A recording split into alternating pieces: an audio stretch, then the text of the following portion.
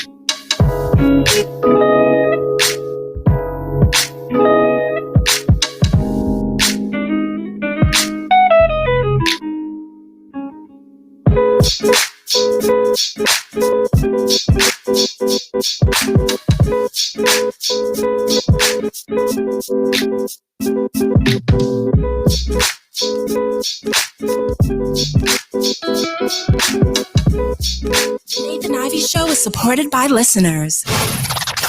Go to www.patreon.com/Nathan Ivey Show and help Nathan keep the show independent.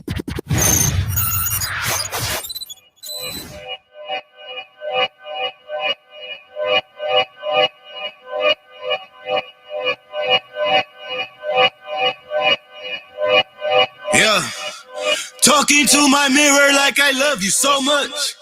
Curving on my critics like I heard you, so what? You can't kill my confidence, I think I'm the man.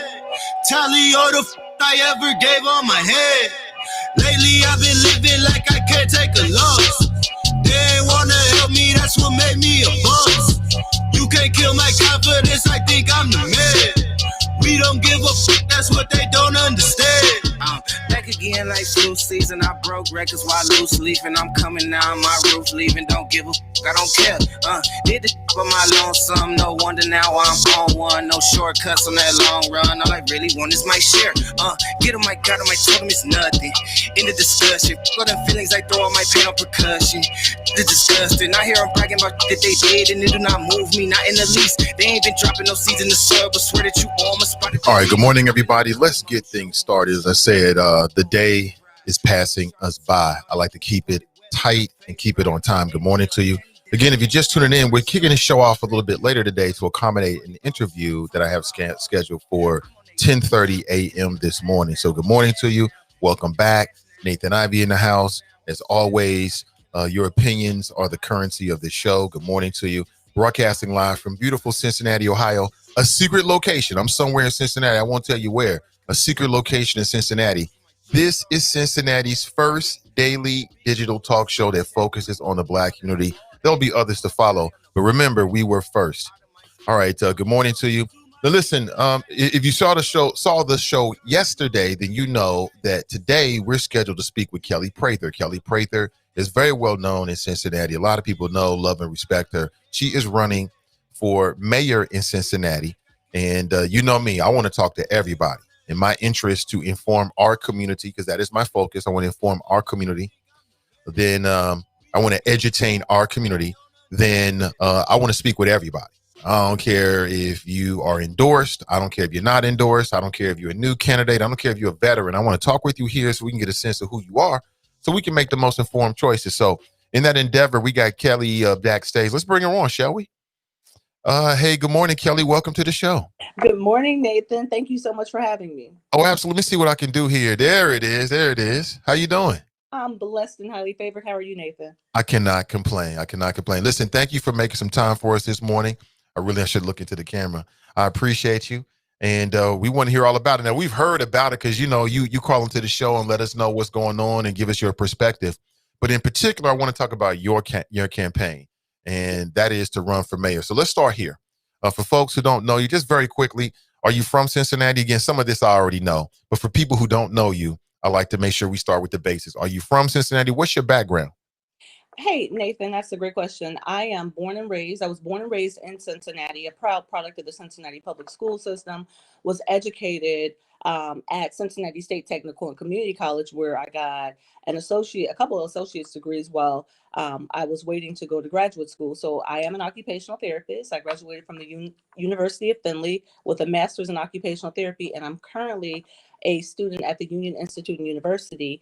And my focus is I'm working on a PhD in public policy with a specialization in MLK studies. And so I was so hyped up about being on your show yesterday because MLK is my specialization.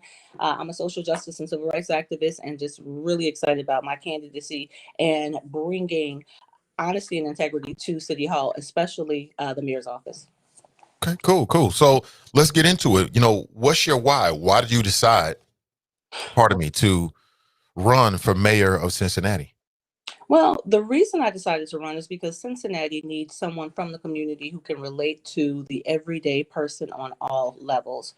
Like I said, I was born and raised in the city, and so anything that could have affected anyone in a negative way, I have probably experienced it, or I've probably watched my friends experience it. And so my why is because I want to create the city that we not only want to see, but we need to see.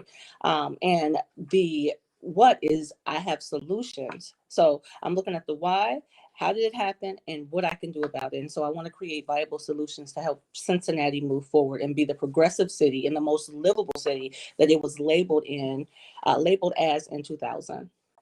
So would you be seeking an endorsement from any party?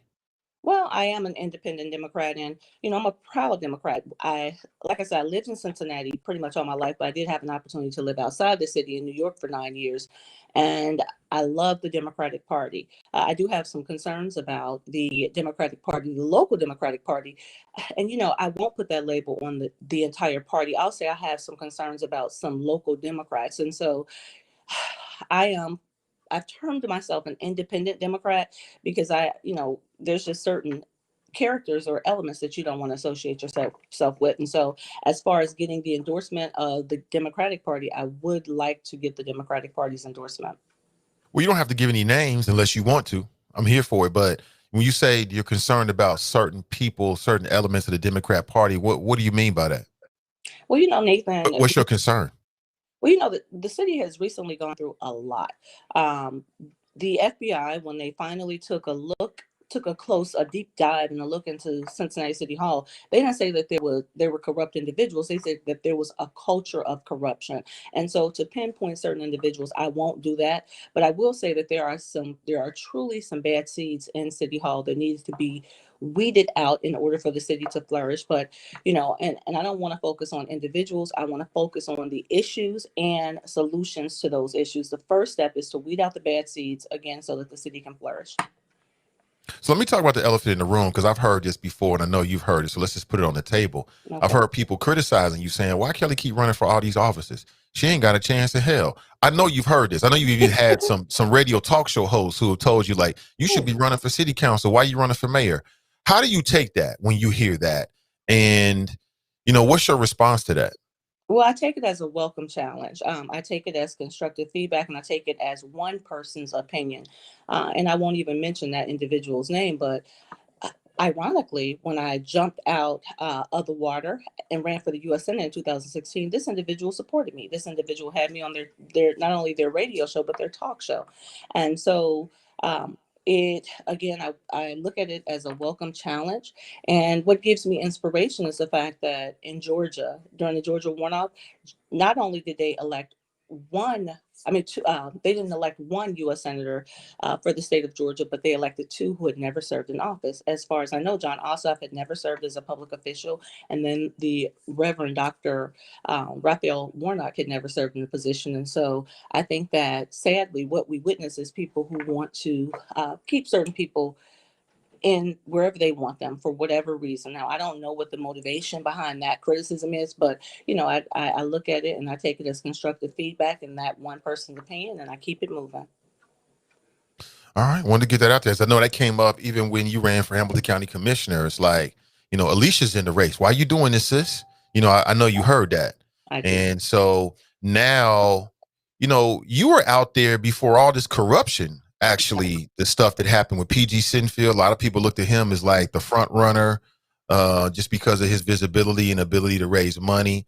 And then, of course, he was, again, it's not official, but you can say taken off the board, so to speak. Yeah. And then you were there before that. And then we just had last week, Aftab Turval. A lot of people saying now they're looking at him as a front runner. And you did call on the show when he called in that day. Mm-hmm. And, so to you, it doesn't matter who's in the field. You're going to do you no matter what. Is that your opinion? Is that your attitude about it? Well, my attitude about it is that it's an open race and anyone has a right to jump in the race. Now, let me just say for the record, I love Alicia Reese. We went to the same high school. So, the Tigers are a family. And I do have pride in our school. And the fact that we keep Withrow has made its mark in history as far as grooming leaders. But I did tell Alicia that I was running before, and I don't know if she had met with her group of supporters and they decided that we're going to push you through. I'm assuming that was the issue, but I did tell her and that I was running before I ran. And ironically, Aftab knew that I was in the race, and I love Aftab. I think that he's an amazing person, but this is about the business of the city. He did call me on, I think, Tuesday night to let me know that he would be running. He was jumping in the race. And so that was just common courtesy, professional courtesy.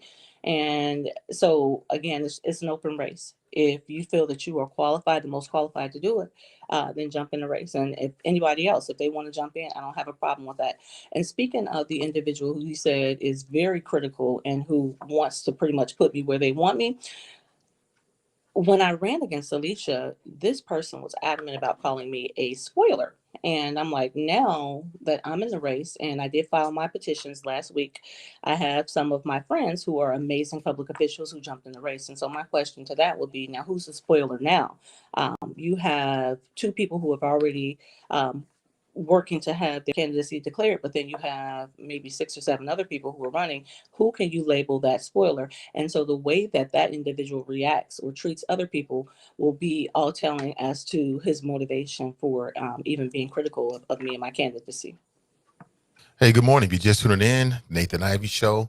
And of course, I'm speaking with Kelly Prather, who is a candidate for mayor of the city of Cincinnati. We're talking about her campaign. Yeah. So Kelly, tell us, so what is your platform? You know, what are the issues as you look at the city? What are the issues that you think are important? And then we'll talk about some of the other things. Okay.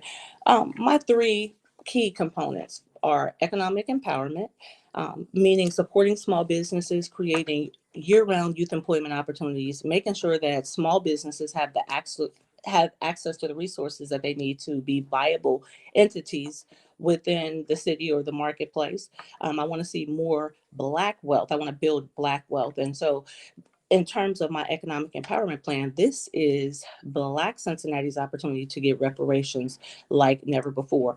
Nathan, you just heard me say that my specialization is MLK studies. And ironically, when Reverend Dr. Martin Luther King went to Washington, he said in his speech, I think it was the title of that speech was Two Nations of Black America. He said that when we go to Washington, we're going to get our check.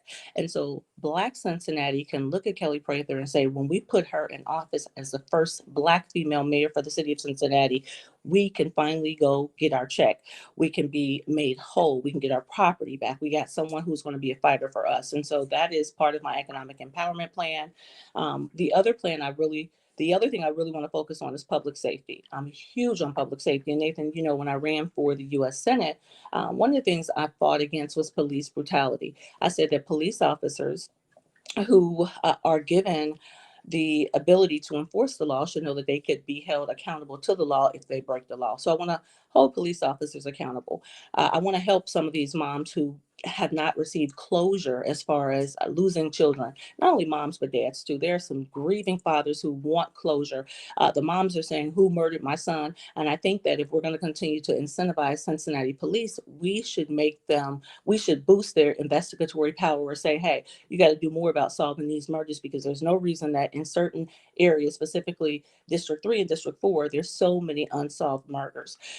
On the other side of that, what I want to do is I want to say, hey, if you're out here, you're being reckless or acting lawless, you have to be accountable. So I want to look at some of these senseless acts and deal with some of the interaction between the police and community, hold police and individuals who break the law, hold them accountable, and help them to understand that we're trying to live around here. You know, we want a peaceful city with walkable streets. We just want the city to be happy and healthy where people can go. And so this is, for the most part, Cincinnati is the Cincinnati that I was raised up in was a city where you could raise a family, you could get a job, you could retire from that job and be happy. And so instead of just saying, I want people to be able to get jobs, I want to help people become financially literate. If you have a small business and it's a side hustle, I want to help you to get your LLC, get your EIN, and aside from that, get access to the resources available from the city that generally come down from the federal administration. I also want to focus on development. Now, I know that, you know, in past elections or in the past, people say, oh, Kelly is against development. That's not the case. I just want development that does not result in displacement. I welcome development. But again, the development that you even mentioned, I've talked about the corruption in city government for so long, is plagued by corruption. It's plagued by corruption, Nathan. And what I mean by that is for developers who contribute to elected officials' campaigns, there is a sense of entitlement. It's almost like if I give you money, if I support your campaign, you have to push my project, and that is wrong. And then also you have some elected officials who say, well, if I push your agenda, you have to support my campaign, and so that's part of the corruption. And so I think that Charlie Winburns, he made a proposal to for comprehensive campaign refinance reform that says that developers who want to build in the city of Cincinnati, they should not be allowed to contribute to the elected officials' campaigns. Again, the development that I'm speaking of, I want development. I'm tired of our city being blighted, abandoned, with properties that are run down. I want a well-developed city, but I want any development that's going into the neighborhoods, I want those developments to be a benefit to the community. And so I want to give individuals who live in those different areas an opportunity to be a part of not only the demolition of a building, if they're tearing down a building on the site and rebuilding, be a part of that, be a part of the construction, have first dibs on the subcontract work, you name it. It has to benefit the community in ways that other people have not pushed for in the past. Speaking with Kelly Prather, man, that's a lot there. I took a few notes because I want to unpack some things. Then I want to go straight to the audience because they have questions as well. But you said a couple of things that caught my attention, Kelly. You said check and reparations. So what did you mean by that? You said Black Cincinnati should know that if you're the mayor, they're gonna get a check. What does that mean? Check in what way? Well, what kind of check? What that means is that historically, what has happened, and I'll use the Greater Cincinnati Greater Cincinnati Northern Kentucky African American Chamber as an example. I've gone to city council and to the county commissioners for the Chamber's Day at City Hall. Senator Eric Kearney does an amazing job making sure that it's a one-stop shop so that small businesses can get access to the resources. But unfortunately, Nathan, what happens is every year we go down there and we beg for $500,000 to have resources so that our businesses can thrive. And that, to me, does not make sense. My slogan for my campaign is make it make sense. In a city where you have 42% African Americans, how is it that the African American Chamber that cater to small businesses for this population have to beg for $500,000? That does not make sense.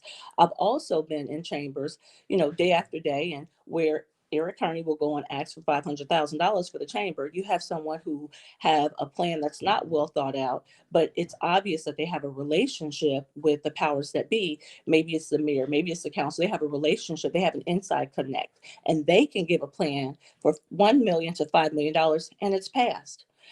There's also individuals who have these projects that come out of nowhere, and they always seem to find income in the surplus income to give to those individuals. But African Americans have historically been left out of the wealth structure. And so in empowering our community, what I want to do is I want to support small businesses because, that's what I do on my radio show. I use it as a platform for small businesses, but I want to make sure that we have access to the resources and we're not turned away.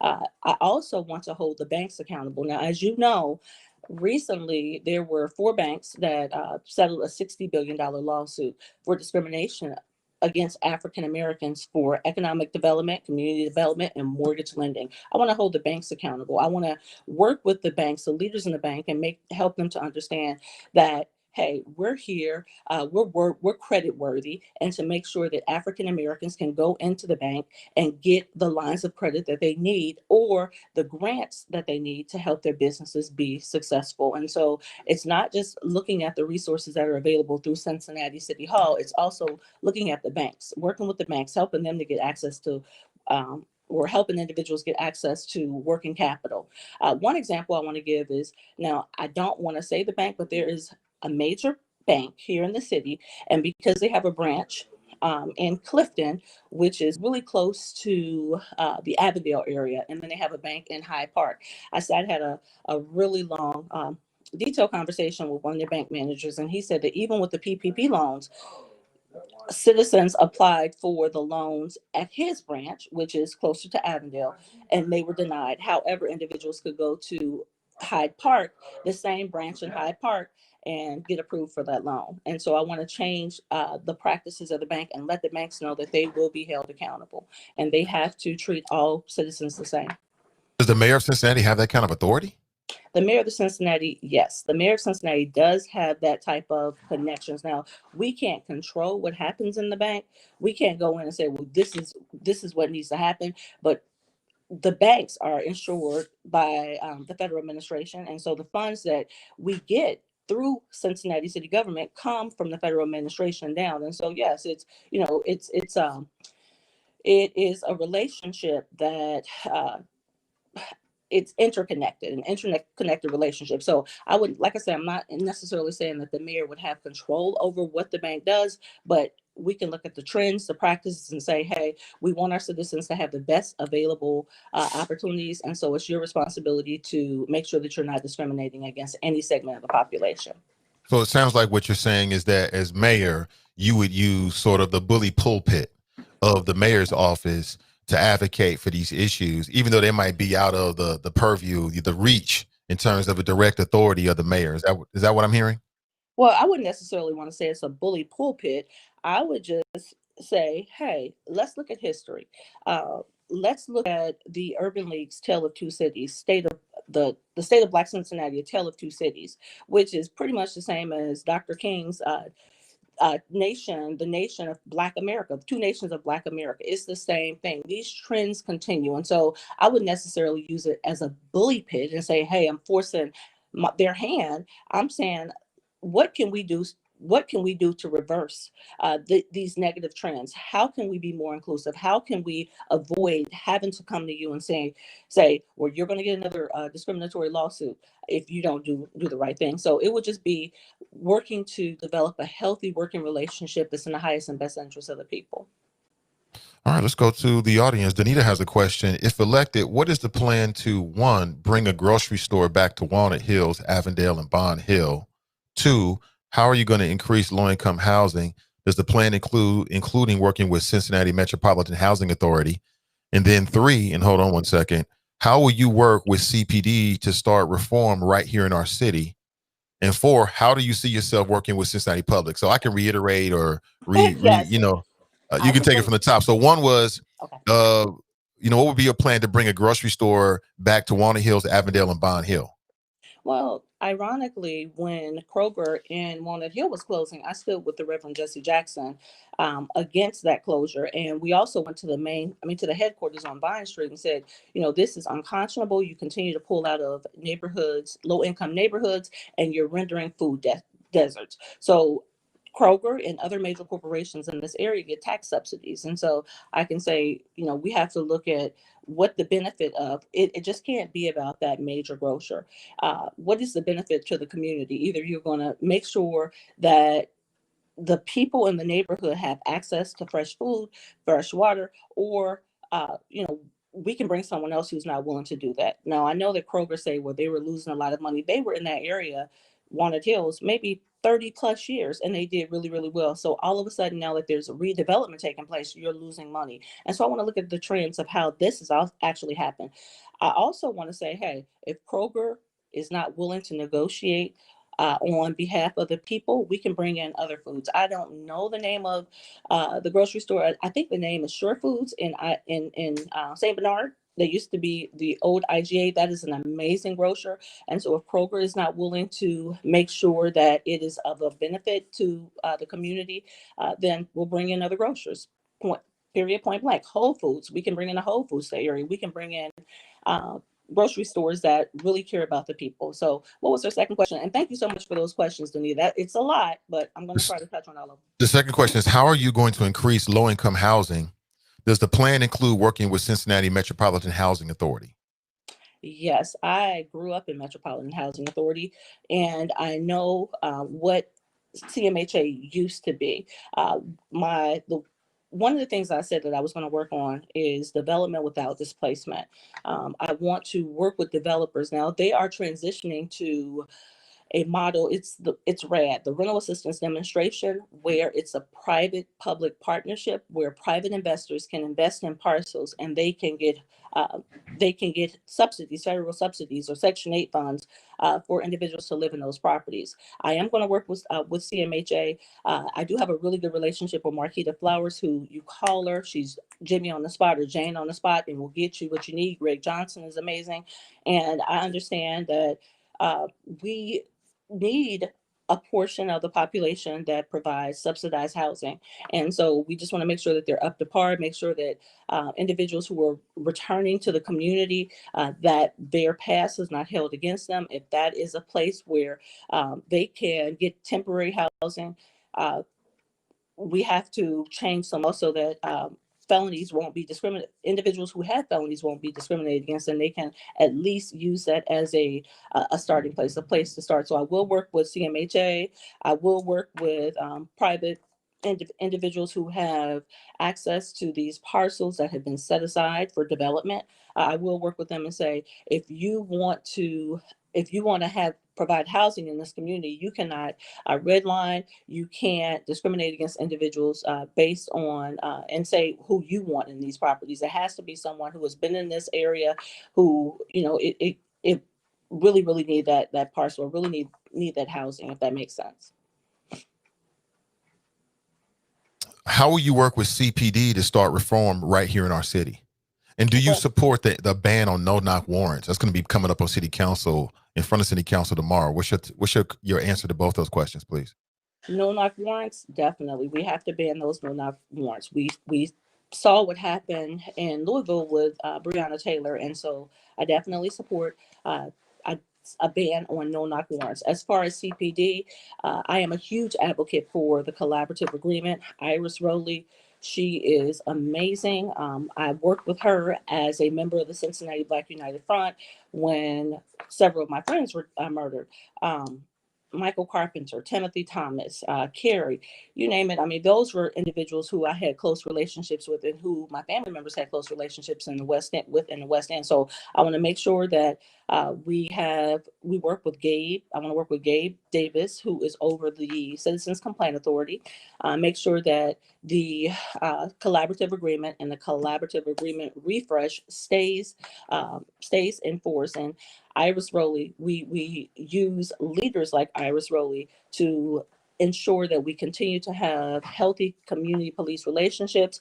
I want to work with the Sentinels to make sure that they are interacting with individuals in our community. And as far as CPD, I would really like to look at how the examination is given. Now, from what I understand is, you can have a class of new recruits, of individuals who are taking the examination.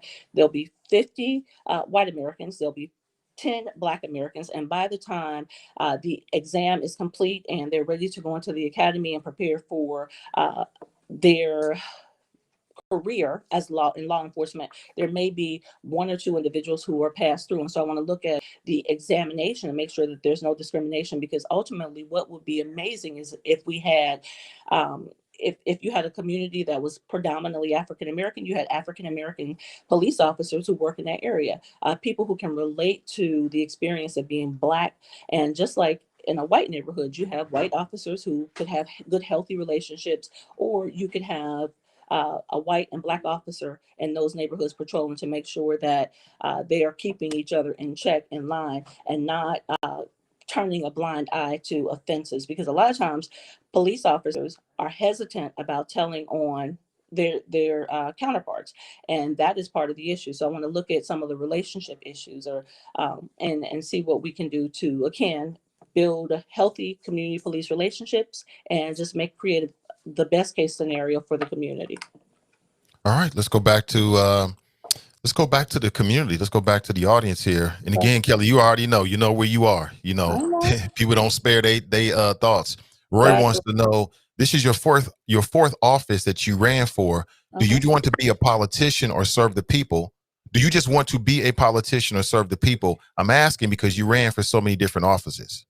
Well, I ran for so many different offices because the problems continue to get worse and worse. And so we needed someone who was willing to be a voice for the voiceless, someone who was willing to speak, to go against the grain, and speak out against the injustice. And so I think that wherever what God has for me is for me. And so ultimately where I will land is where I'm supposed to be.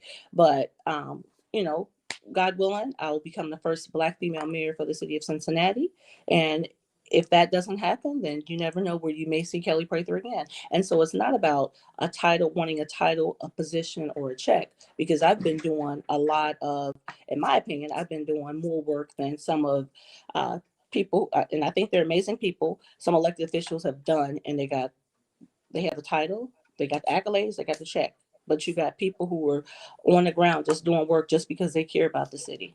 But thank you for that question. Is it Roy who said that? That was Roy. Yep. No Thank Empathy is on YouTube. They write, what is Prather's plan to bring long-term high-paying jobs? And would she, before making some of these abandoned properties into community gardens, to help feed these communities healthy food options? So 2 questions. Okay. What's your plan for long-term high-paying jobs? And how do you feel about turning abandoned properties into community gardens to address the food desert issue?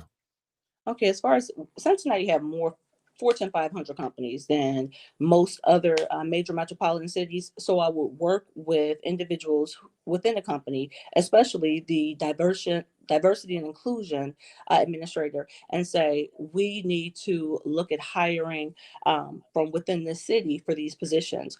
Also, like I said, I have an economic empowerment plan to start small businesses. Everyone doesn't want to work for someone else. Now, I know that when you work for someone else, you gain invaluable skills like work ethics, dependability, accountability, all of that. You learn that. But being a small business owner is liberating. And so small businesses who are able to create jobs for other people.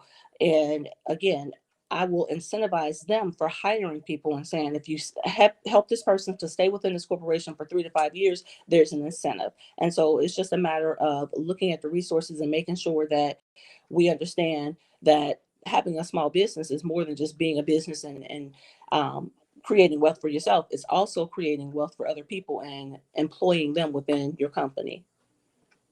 I'm looking at the comments, and some of them, man, these folks is cutthroat. Cam is not happy with your answer about the checks. He was like, hey, you get a check. You know, it just sounds like political speak. That's why I wanted you to clarify that, because it caught my ear as well. Yeah. Let me see. Again, I want to get as many questions from the audience in as possible when we had these folks on who are running for office. Because I mean, I know I got my questions, but I want it to be a reflection of what the people think. Okay. Brent writes, the mayor may have the connections, but not the authority. I think that goes back to when you were talking about, you know, putting some pressure on the banks and using the power, the platform of the mayor's office to get it done. Kevin wants to know, ask Kelly, has she studied the formal process for funding of projects in the city? Yes, I have studied a formal process for funding projects in the city. I have studied like community benefits agreement, the TIF funds, or how TIF funds are actually set up. I know a lot of people have concerns about tax abatement issues. Yes, I have. I mean, since you brought it up, what's your opinion about the TIF funds? That's come up quite a bit, and there's a lot of people who feel as if the TIF funds have not been used equitably, and has actually been used to help gentrify neighborhoods, which goes to a question we have from the audience coming up from Angie in a second. So what's your opinion about the TIF funds? Have they been used equitably? If not, how should they be changed?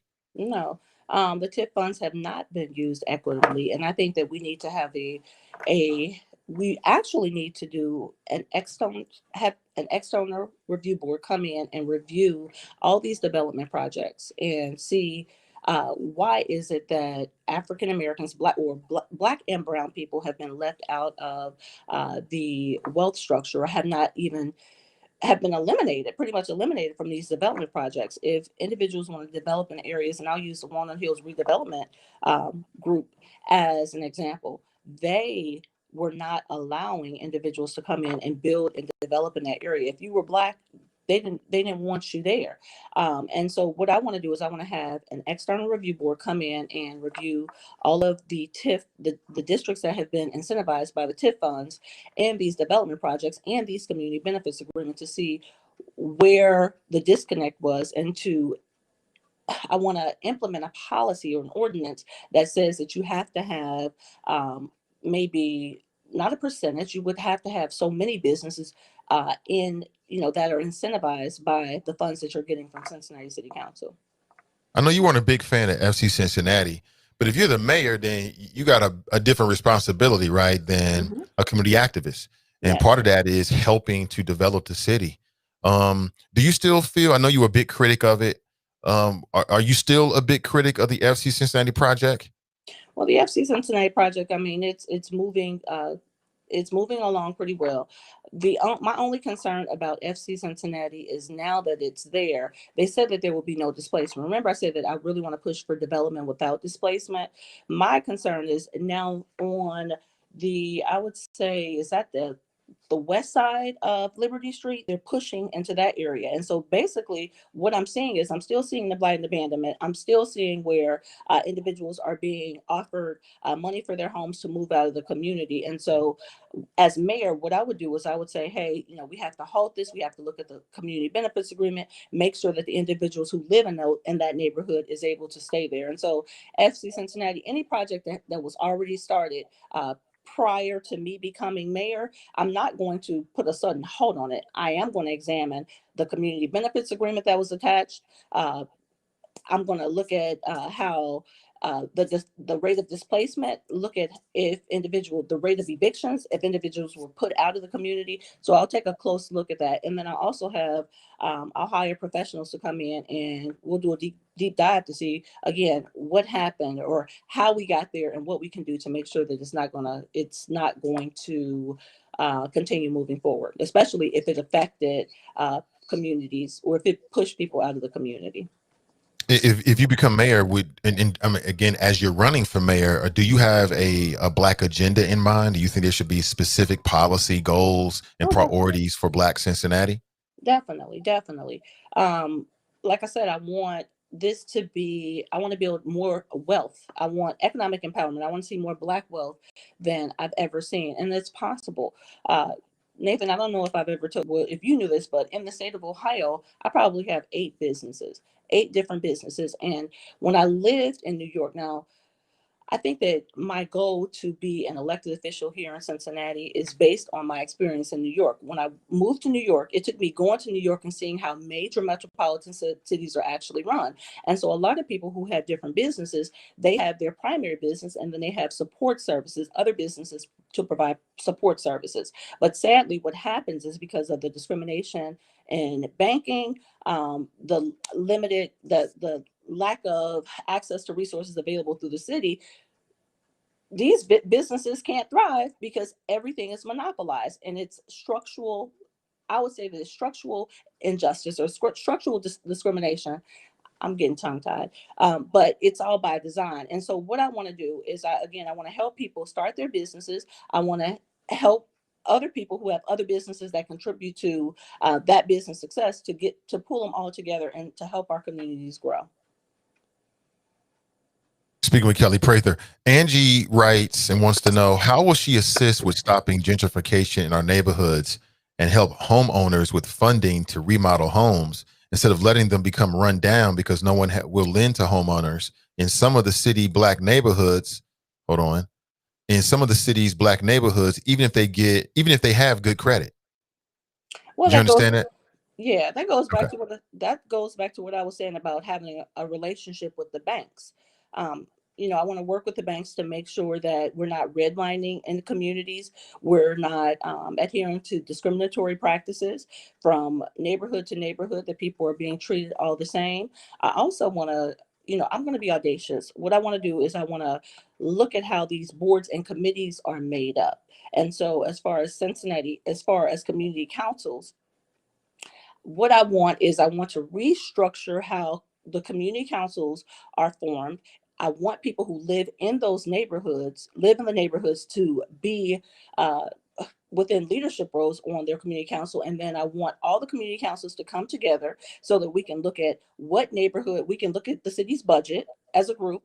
We can say, this neighborhood should not get more than this neighborhood. I mean, it should be based on per capita. And then I also want to form a leadership group for community council. So we have 52 neighborhoods.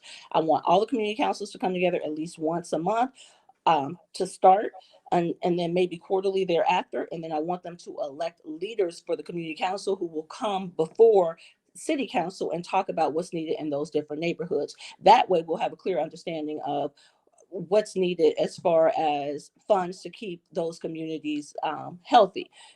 I don't want, and I will on record and I'll say this, I don't want purely Black communities. And the reason I don't want all Black communities is because what will happen is there will be disinvestment. There'll be a lot of blight and abandonment, like OTR, like the West End.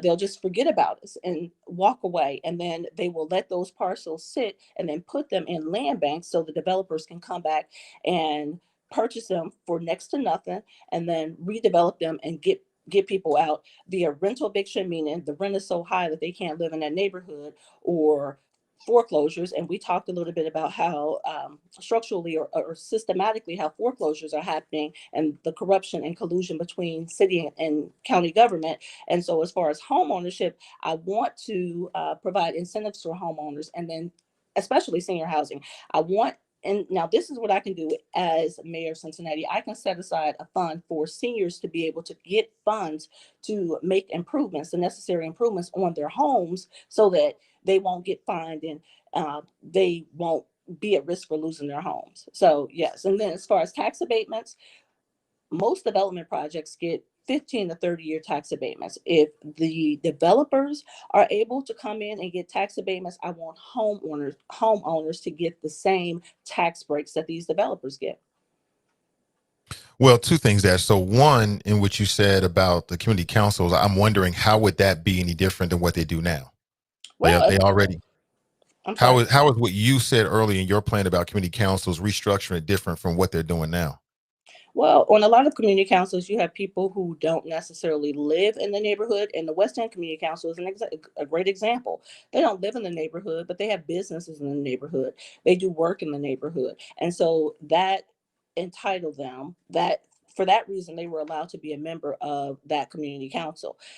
And what happens is if you live outside the community, but you come down there, you work, you make money and benefit from the community, but you don't give back, basically it's taken away from the community, and you don't know what it feels like to live day in and day out in that community. And that's unfair.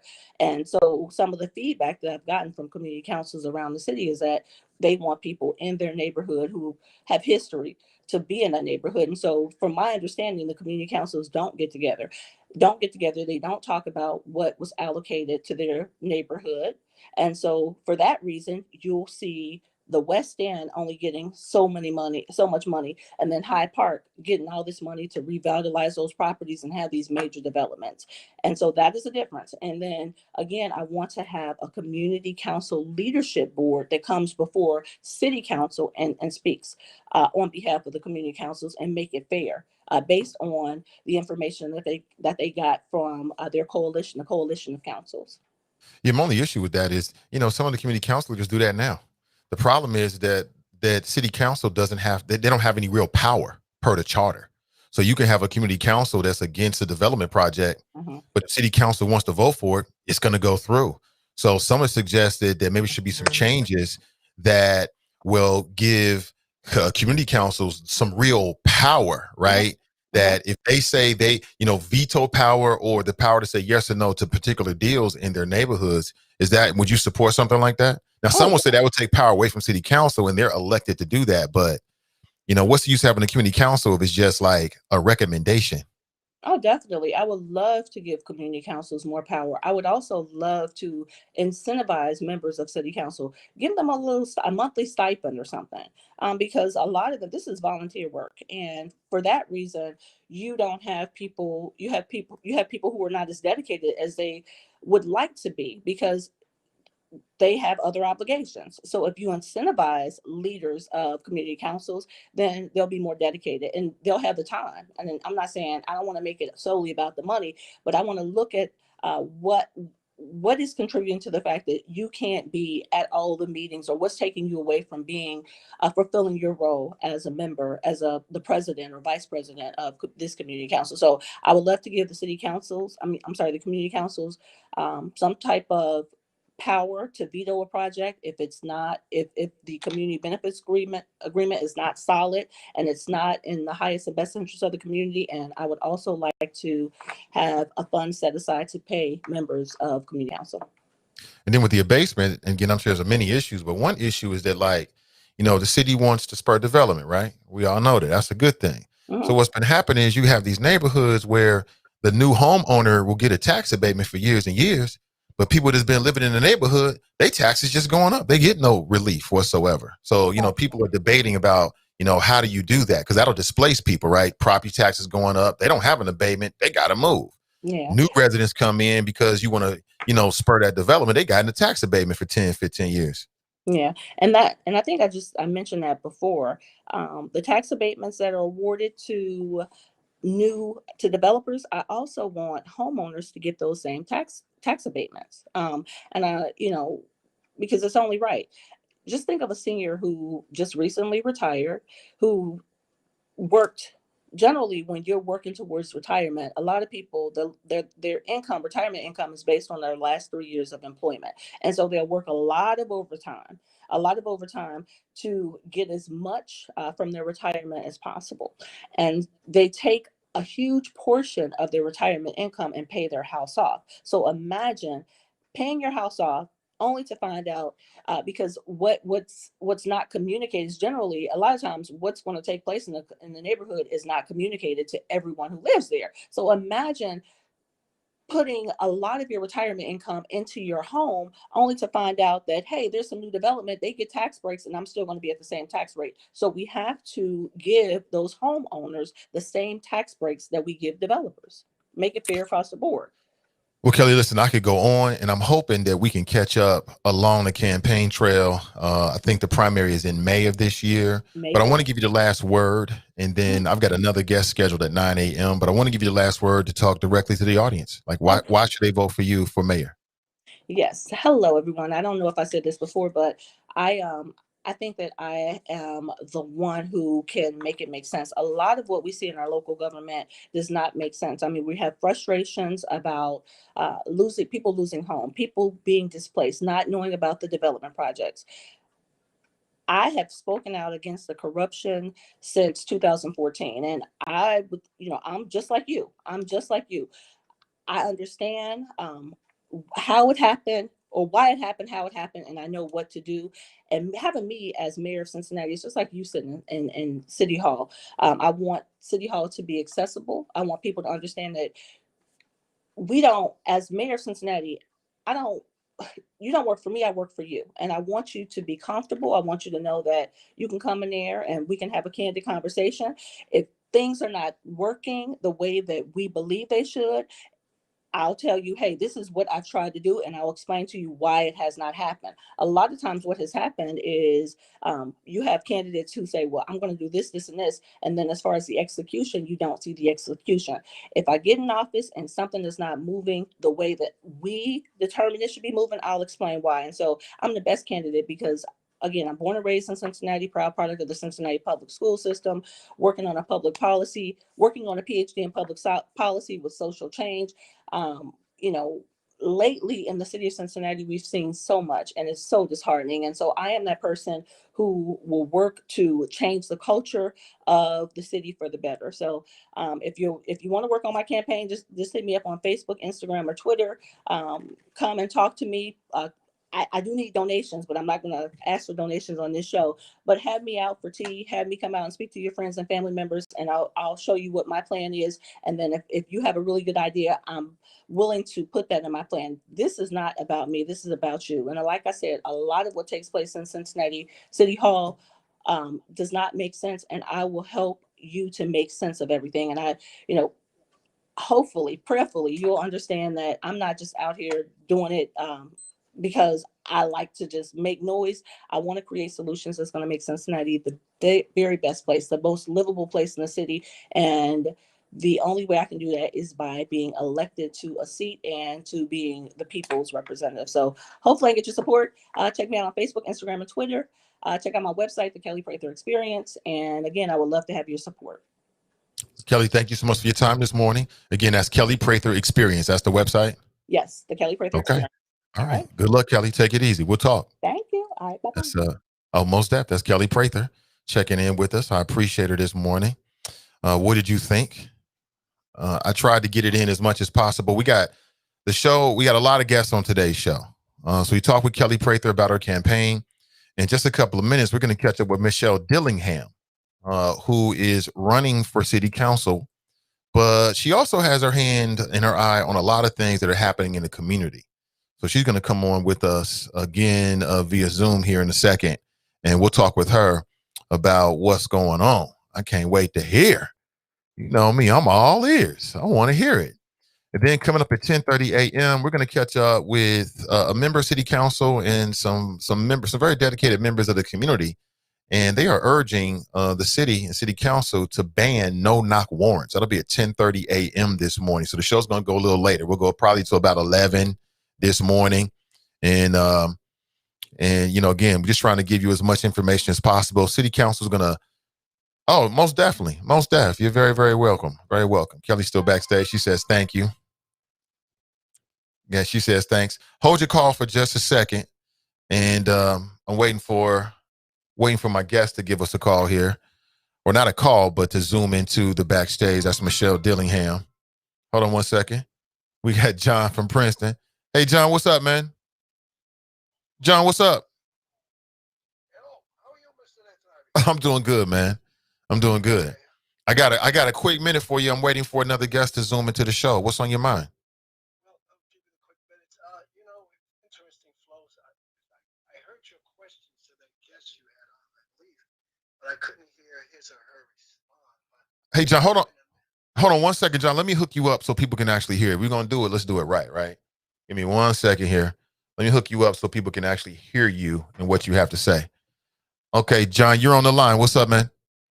Yes, as I indicated, I was listening to the conversation, or I could hear the questions that you proposed of that guest of who he or she was, but we couldn't hear their response. At least I couldn't hear it on the response. I just can hear your questions, and you were kind of coming in and out at the time.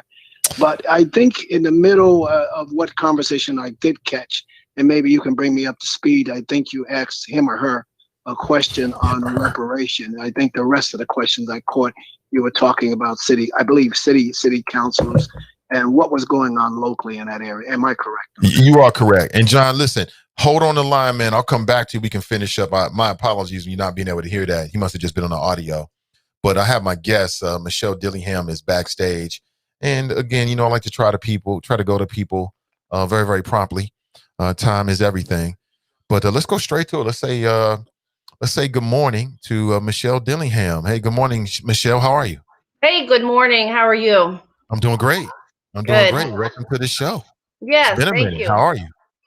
Oh, well, I'm not a morning person, but I'm here. I've become a morning person over the years. So this is what I do. I'm up at like 4 every morning. Oh, man. I love it. But so how's COVID treating you and your family? Well, you know, we had a couple bouts, but we came out and I'm grateful to be alive, you know. Okay, I'm glad to hear that. So you say couple bouts, mean multiple people in the family got COVID, or? Well, it's strange because you might remember I called you way back in March and I was having a hard time breathing during my interview. I mean, I remember that. And then right at Thanksgiving, I was trying to visit family and we were going to all get tested. And then I got a positive test. My son got a positive test. So we just had to quarantine for 2 weeks. And it's a mysterious thing. I've had family who've tested positive more than once. So I don't understand it. You know, it's a weird thing. Wow. Are you social distancing and masking up and all that kind of stuff? Well, you know, as best we can, you know. Right. I mean, I still go to the grocery store and go to work every day. So, you know, like many of us, we gotta live our lives, but we try and be careful. But you know, it's a highly contagious virus. So it's real. It burns me up when people keep playing games with this, man. And we won't even talk about CPS. We won't even talk about that right now. That's another show. I got a lot of issues with that. But again, just real quick before we get to the primary, main purpose of your call this morning, you did formally announce that you're running for city council. Is that correct? Oh yeah, that back in August, actually. Back in August, right? Yeah. I believe so. And we've yet to have that conversation. So sometime in the near future, let's have that conversation about your platform and why you're running and what you're running on. But today, what's the purpose of our conversation? What's going on? Well, I reached out to you actually because there's a project that's moving through City Hall pretty quickly in terms of the public maybe being aware of what's going on. So tomorrow is Inauguration Day, and the Planning Commission, I guess, decided tomorrow would be a good day to do a public hearing on a multi-million-dollar project at 11 a.m. in the morning, and then it'll probably go for passage to full city council by Thursday. Normally council's on Wednesday because of Martin Luther King. Full council will be on Thursday this week. So again, it's one of these rapid, okay, let's approve multi-million dollars worth of public monies to high-end luxury apartments and over the Rhine with little to no scrutiny, and then set for passage. You know, very typical of this administration and this council. And so there's a number of advocates who, here, give me that. There's a number of advocates who've been trying to reach out to alert the community on what's going on. Why? Because it's a project that's at the corner of Liberty and Elm, and while it may be an over the Rhine, it uses millions of dollars of public money in the form of tax abatements layered on top of a TIF. So not only is the project guy, and I know you guys were just talking about this issue, not only are the developers getting the abatement, you know, if it's approved, it's a 30-year abatement. A lot of time these council members and mayor say, oh, it's just a 10 to 15. No, these are 30-year abatements. So not only do they get the abatement on the property, they then are under a TIF project. So any property taxes that they do end up paying will stay within a TIF account for that project. So for example, like they can improve the flower pots around their sidewalks, or they can fix up their parking. So essentially it's public money, again, going not to the community, but to the developer's project for 30 years. Okay. Now, the other thing about this project is, you know, that we have a crisis of affordable housing in the city. Many people are paying rents that are totally out of reach. You're right. So these are not like, there's no affordable units in this project. It's like 300 high-end luxury. It's about $1,900 a month for a studio. Plus you pay another $236 for your like HOA fee, I guess, because there's a pool and there's parking, and, you know, people come and pick up your garbage, I guess, in these apartments. So, and that's just the beginning. I mean, there's more to be concerned about, and I don't want to ramble on forever, but I just want to hit the high points here with your group, with the audience here, and that is there was a FOIA, okay, because these people who are like, this just doesn't make any sense, we want to know what the details are, and also the developer sort of just refused to have conversation with the community in terms of the question of affordable units, right? So they just got a FOIA back, and a FOIA is like Freedom of Information Act.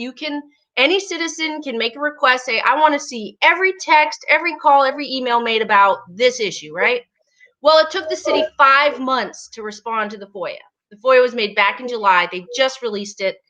And in it, it shows, you know, how the deal sort of is being decided by the administration. And there's all kinds of shenanigans in there. You know, I'll just hit the top couple, and one is a communication from a guy who works in DCED, which is the Economic Development Department, in a text to the developer suggesting, you know, you better get your people there at the community council meeting, because that's the vote. You want to get your people there. So I know you and Kelly Prather were just talking about community council meetings, right? And while council doesn't necessarily listen to the vote, they do. It does carry some weight. And so you have a city administration employee coaching a developer on how to show up at a community council meeting so that they can get a yes vote. Now, of course, Over the Rhine Community Council has voted no twice in approval of this, partly because there's no affordable units, It's running over historic preservation rules that, you know, makes Over the Rhine special, and some other things they weren't happy with. So there's more to this story too. And I don't want to take all your time. What I'm saying to you is a lot of us who watch the stuff are not surprised. But what is surprising sometimes is when you actually see it in black and white. The other thing I forgot to mention is that these developers gave across multiple LLCs to John Cranley in his 2017 candidacy. Do you remember it used to be if you're one person, but I have like 12 LLCs, I can give a check under each LLC. So the main developer guy, he's one of the biggest donors to John Cranley, right, in 2017, and gave to PG Sittenfeld's PAC and gave to John Cranley's PAC. So, of course, this is what, look, my point is corruption doesn't end just because you removed a couple people, because you built the case, right?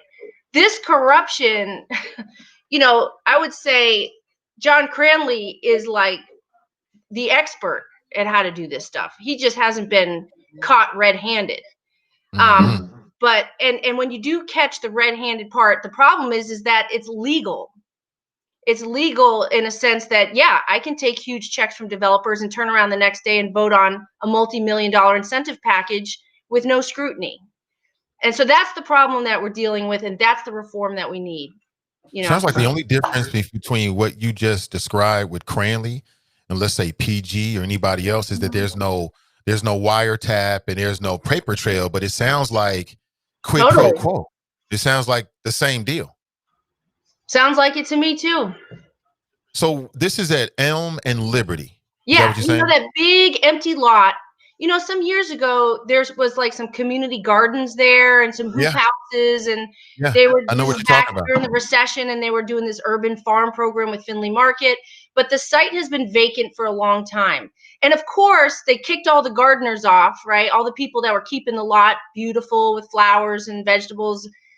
And they kicked them out, and now it's got litter, you know, it looks crappy. And of course, this is another strategy they use, right? Let's let this thing go to hell so we can make the case that it's blighted and we can give it away to a developer to fix it, you know, with their high-end luxury apartments that are totally out of reach for most Cincinnatians. I don't know who these folks are that can afford $2,100 a month for a studio apartment, but that is not representative of most of us who live in the city and most of us who pay our taxes in this city, right? So here's the action. We're going to have a press conference at noon.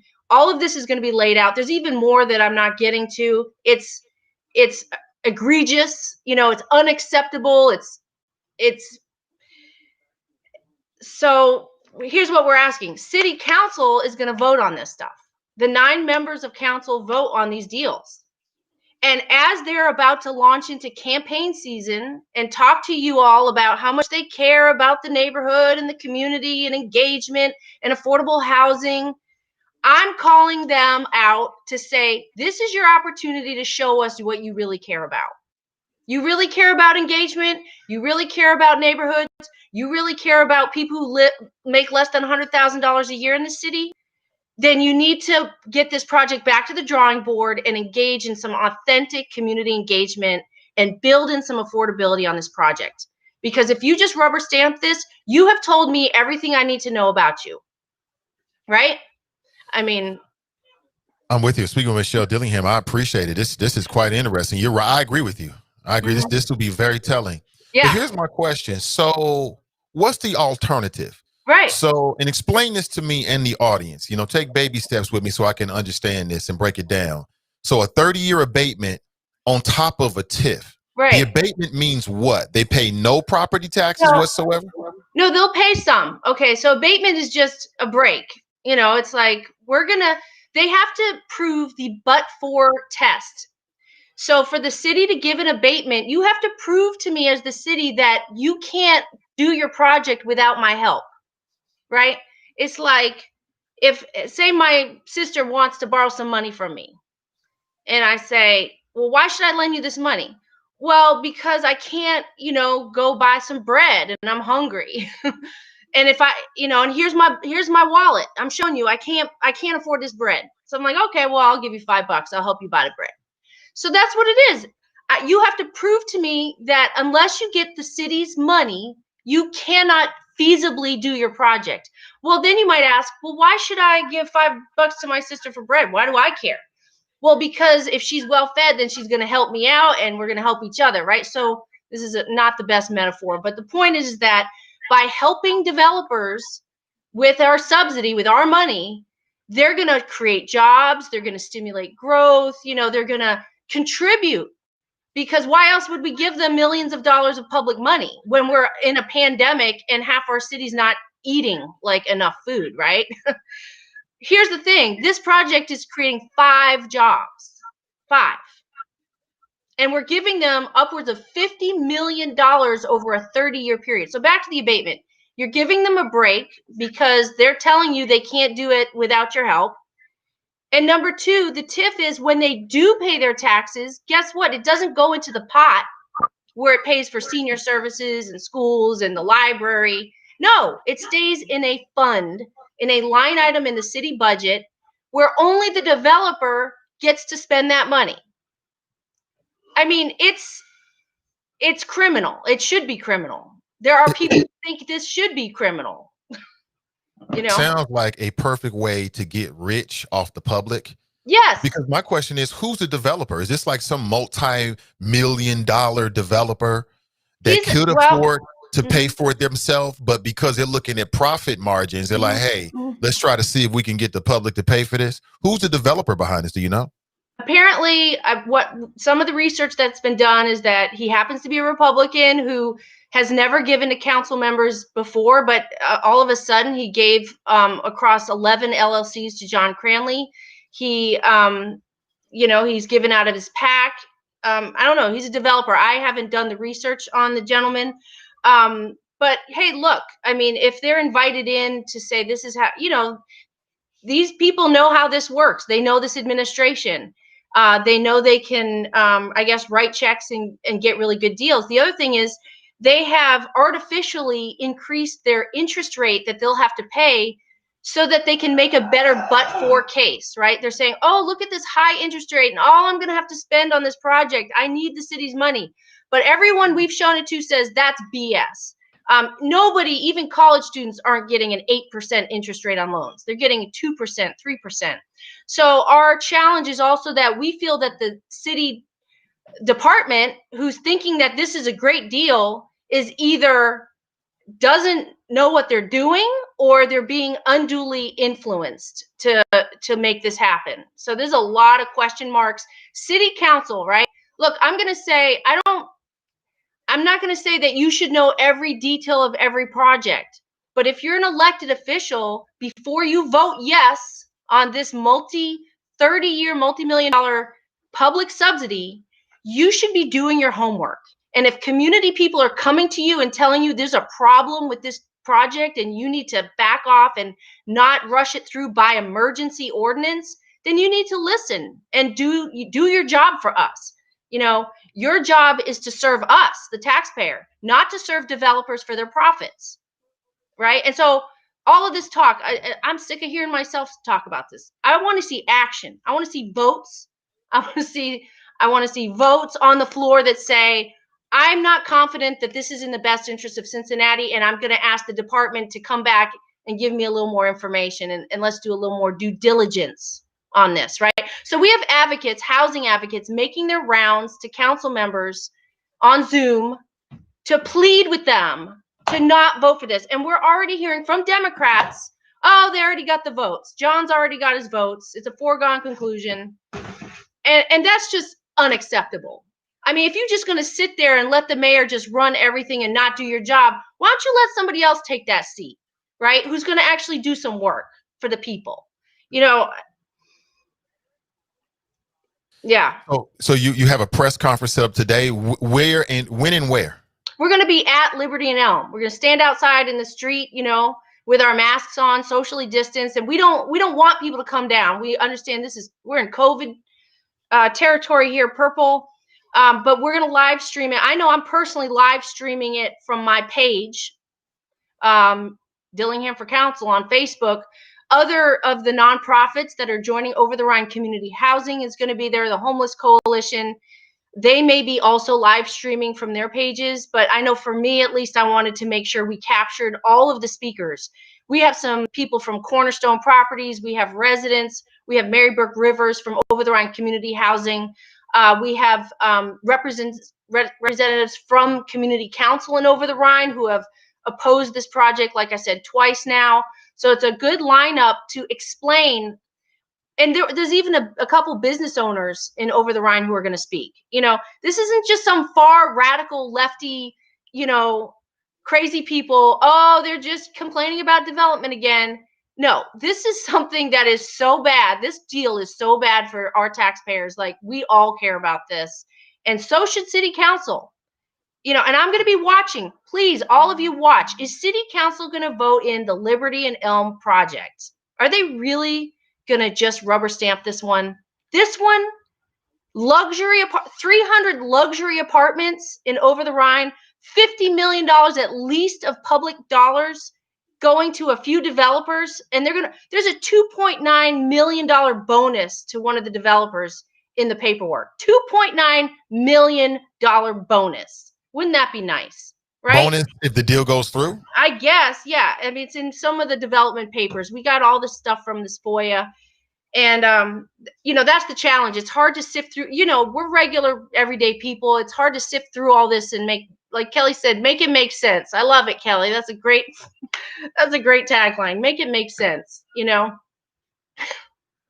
This is quite interesting. So thank you for bringing it to our attention, Michelle. I appreciate it. Can you tag me when you live stream? Because I'll put it up on my social media as well. Yeah, and what I'm really asking is anyone listening, anyone watching, hold our elected officials accountable on this one, at least this one.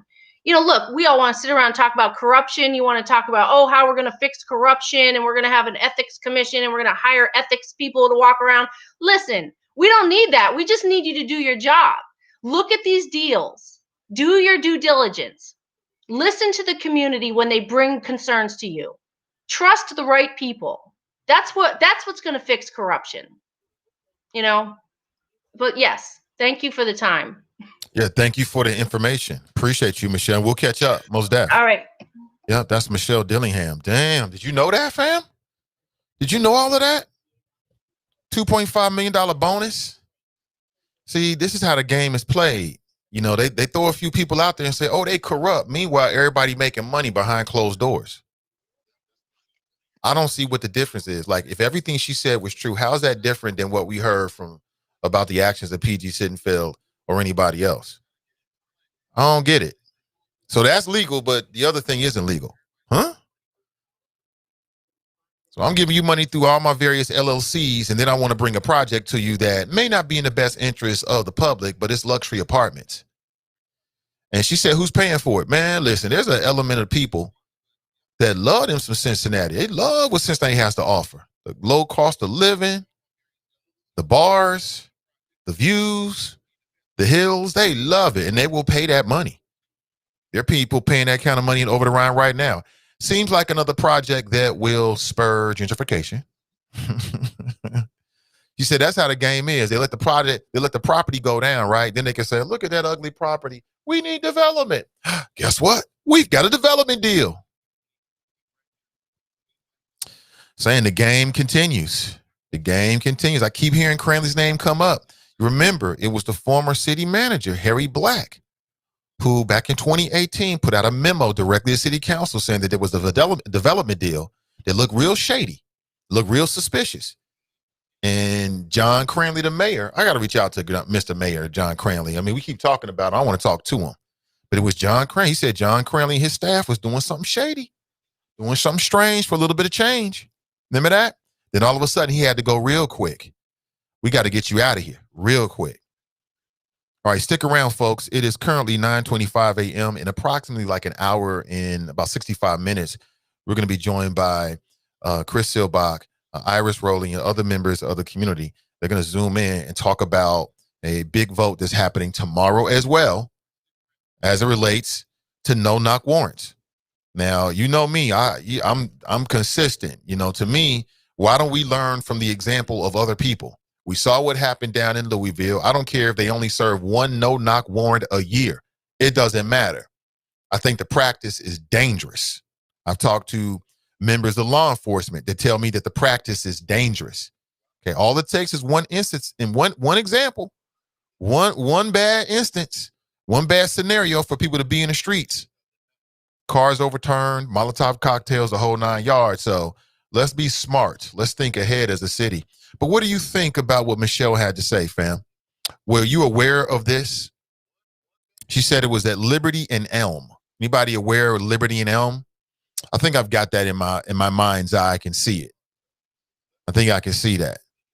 Everybody's for development, but it's got to be something that. So how does this benefit the community? She said it's going to have 5 jobs. Now, of course, you're going to have people working on the project. So I'm sure there'll be dozens of people working on the projects. I'm sure. But what do you think? See, a lot is going on. 513-873-7134. But let's go back to John, who so patiently has been waiting on the line. Hey, John, welcome back, brother. Yes, sir. Great flows with you and your person you had on this last call. It was interesting. Before we get to reparation and Trump, I'd like to hear your opinion on local issues that's possibly, sounds like Mr. Cranley is on his way out. What is it, another year in his term? And who are the local candidates that you think that have a full shot at running for mayor of Cincinnati? Well, I think they all got a shot. I think anytime you're in a race, you got a shot because anything can happen. In terms of front runner, I would say your front runners would be Avtab Pureval. I think another front runner would be Cecil Thomas. We'll have to see if former Mayor Mark Mallory gets involved. I think he would be a front runner, a strong candidate. But again, that's me talking right now. Until these people start hitting the pavement, we start hitting those first debates, we start seeing those first interactions, I have a better sense of where I think people are. But just off the top of my head, I mean, that's my opinion. Well, some of the candidates that you just mentioned, are there any women running for the mayor's seat? Yeah, there is one woman running for mayor. Her name is Kelly Prather. She was my guest this morning. Okay, interesting. Well, I think I've always believed over the last 2, possibly 3 years, even since just before the midterm elections about 2 years ago, I think this was a women's opportunity to take the seat of the mayor's position and a lot of seats across the country, which we have just saw that over the last 2 or 3 years. It's always been the women's time to step into the gauntlet, as well as the possibility, I think Ms. Harris will probably step into the presidency. We'll get into that another day. I think she's seated we can briefly talk about that. I don't think Biden is going to finish his 4 years. He's slowing down, speech slurs. The energy is not there. And I think she's lined up. That's why Trump and the Republican parties they don't care about Joe Biden. They care about her. They wanted to stop that black woman from getting into the White House. But too late. She looks like she's seated to be going in once again. I don't think Biden is going to finish 4 years. I'll give him 2 years, and his wife is going to be smart enough to sit Joe down and say, "Honey, come on, you made history. 2 years with Barack Obama. 4 years go by. Trump created the scenario for you to get in the White House. Come on, it's time to step down gracefully. It's nothing else to prove. Put her in there. She's smart enough, strong enough. Let's see how this plays out." So I think possibly locally, as we just talked about, I think it's a possibility, this sister that you just talked about, I don't know much about her. I'll dig and look up the research on her and see, because I don't how I feel about politicians. They talk the talk, but they don't walk the walk. But we as the people, we don't hold them accountable. But I'm sure you got plenty more time to, as the candidates make a decision, if they're going to run, if they're not going to run. Do they got dirt under their fingernails? All of that's going to come out. when it's time. Okay, let's get to that. Just before your caller came in, and I came in the middle of your flow with whoever you were talking to because I couldn't hear the backdrop of that. You were talking about reparation, that's my pet project that I've been focusing on for years, and I think it's going to happen for African Americans. Curious to know what that conversation was that you had with that guest early on. It wasn't a full-on conversation about reparations. She just mentioned it. She just mentioned it, as just in the conversation. It wasn't a full-on conversation about reparations. And the person I was speaking to was Kelly Prather. She's a black female running for mayor here in the city of Cincinnati. But again, we talked about this, John. I respect that, man. We need reparations, but it starts at the local level, man. That state rep, your congressperson, start with your governor. That means voting. We're not going to talk our way to reparations. It's going to be a combination of action on the ground and then voting for people that believe in that as well, so that when they get into those critical situations, they can promote our interest. You know what I'm saying, Zaro? Well, partly I do agree with what you're saying. Yeah, local issues have to beat the drum to put pressure on the mayor, the governors, and the characters in Washington on both sides of the aisle. And that's why I think as much as Biden don't want to deal with reparations, he's going to have to, because most of the African-American community put him in office, and it's payback times. So reparation is going to happen. He did, and Kamala Harris did. Both of them slightly talked about putting together a committee.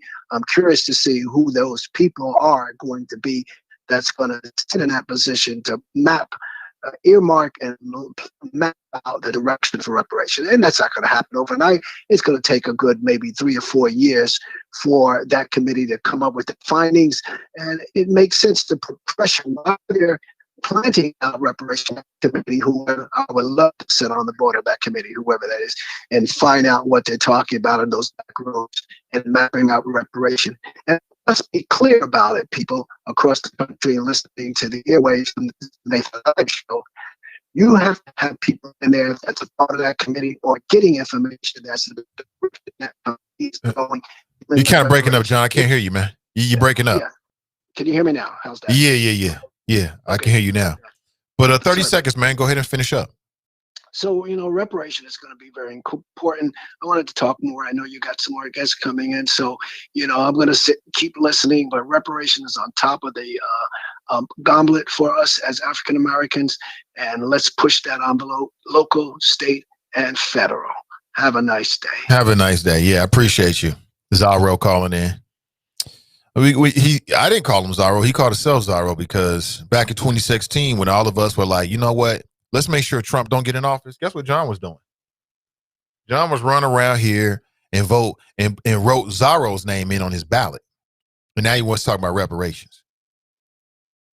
Is reparations at the top of the list? I mean, it's on the list. It's not at the top of the list. At the top of the list is wherever you live locally, whatever those issues are that affect you locally, that's at the top of your list.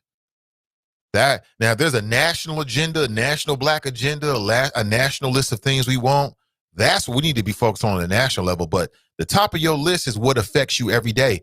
What affects you every day is local politics. That's what affects you every day. Is it just me?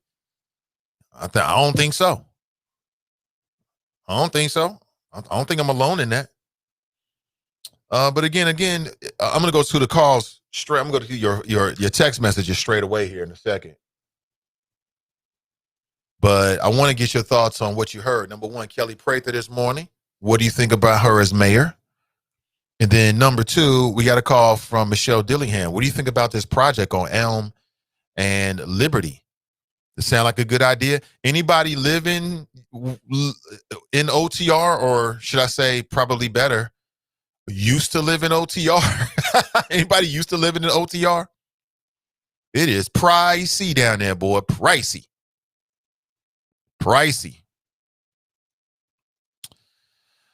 Good morning to you. 513-873-7134. If you want to share your thoughts. Let me back up here because I see a lot of comments coming in, a lot of good people in the house this morning.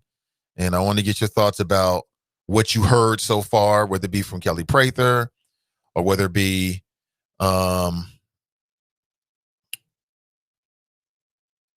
Let me see. Or it's about what we heard from Michelle Dillingham. Sorry, I just got caught up in the questions here. Let me see. Speaking points. DeVoe Sherman writes, they have the neighborhood games where they come together. That takes us back to, what time did you say that? That was at 8:51. That was right before Kelly got off, so I must be responding to Kelly. Kevin writes, what empirical evidence do you have that the Walnut Hills Redevelopment Group has had a policy of not funding Black businesses, and what qualified, meaning having the track record, financing, etc., Black businesses is she aware of? TNT writes, how do you plan to fund these initiatives during this economic downturn caused by the pandemic? How will you bring more money into the city? That was a question for Kelly. I just couldn't get everything in. She was with us for about 40 minutes, though. Woody writes, the West Side will never go with that plan. Akeem writes, why is it that all that you want? What are you demanding as a mayor? Yeah, I mean, we do want some specifics, right? Like, what is your plan? I think you should have a platform and should have a plan. You know what I'm saying? Oh, my bad, brother. I mistakenly might have cut you off. Call me right back. I think that was Drop trying to call in. Yeah, I mean, I think that there's two ways of looking at it. If you're going to come before the people and run for elective office, you should have looked at the situation and be offering solutions to the problems. At the same time, you should be flexible that when the public comes to you with either an agenda and or issues, that you absorb that into your platform as well. But I think demonstrating a comprehensive, intelligent understanding of what's going on, like what is the landscape, I think is important if you're going to be effective. DeVoe writes, I really hope everyone has that same energy if other mayoral candidates come on here. Don't bash her, help her. Absolutely. All day, every day. Yeah, I mean, it's all about trying to find what we can to get what we need. Tracy writes, anybody going to pick up where John Cranley left the ball with the kids growing up in poverty that he left behind? Was it 50,000? Why you bringing up old stuff, Tracy? The mayor stopped talking about that a long time ago. He pledged that he was going to lift 5,000 kids from poverty. They put together a little commission and a website, and he ain't said too much about it after that. I think what he said was, we need the state to help us, and kind of shrugged his shoulders and went back to making sure we had as much development as possible. Let's go back to the phones. Good morning. Welcome to the show. Good morning, Mr. Ivey. This is your West Side Connection, Drop Squad 52. How you doing, sir? I can't complain. Better not deserve, man. Welcome to the show. Thank you, sir. Two outstanding guests this morning. But I'd like to jump on John from Florida's call, a.k.a. Zorro, a.k.a. John from Florida, a.k.a. that dude don't vote. And Mr. Ivey, he's bringing up something that I'm telling you, Black voters, Black people on social media, podcasts, they're starting to sniff a remix of the Obama administration when it comes to immigration. Mr. Ivey, Joe Biden has already pretty much said 11 million immigrants will be part of the system. During the pandemic, when you got folks out here losing businesses, losing jobs, struggling to get the kids in school or on the Zoom, all this kind of stuff, and the Democrat Party, the first thing on their agenda is to grant citizenship or asylum to 11 million immigrants. And all the people that were caught up in the system under the Trump administration, he wants to reverse everything. Now, Mr. Ivey, that's going to be a problem. And John is right. All the Biden administration has said about the so-called Black agenda and reparations is there's going to be a committee, a study. John said it. That's going to take a couple years. So Joe Biden, like I said, Mr. Ivey, Joe Biden's administration has this very slim one vote lead in the Senate and a very slim majority in the House. If it's not related to taxes, they will need 60 votes. So how is Joe Biden going to be able to get these things passed, I don't see how it's happening, Mr. Ivey, and that's going to take up his time. So Joe Biden, if he screws up and doesn't pick the right thing where he's going to be able to get 10 Republicans to go along with it and be bipartisan, Joe Biden may lose control in 2022 when we come up to the midterms. But here's one thing before I go, and I hope you heard it first from me. At the inaugural speech for the 46th President of the United States, Joseph R. Biden, he will bring up the impeachment that Nancy Pelosi has been sitting on for the past week.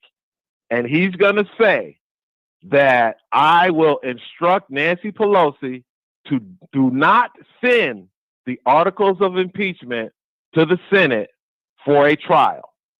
I think we need to do this to bring the country together. Then he will use that as leverage to pass whatever he decides to pass. The first thing he passed, that he's going to need the Republicans to go along with him. So, because it's a reason Nancy Pelosi has not sent those articles to the Senate.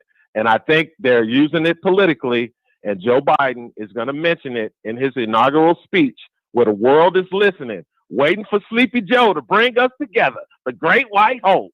He's going to say, I will tell Nancy to cease and desist and stop this, and we're going to bring our country together. So that's my prediction. I can't wait.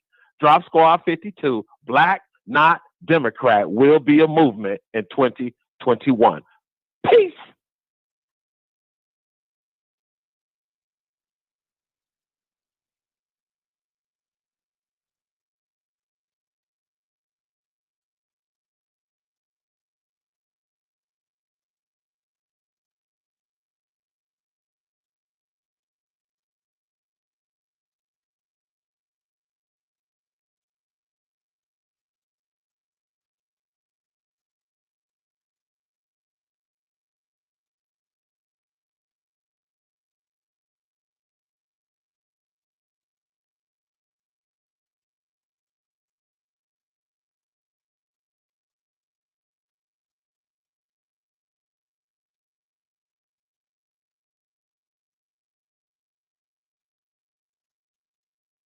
Sorry about that.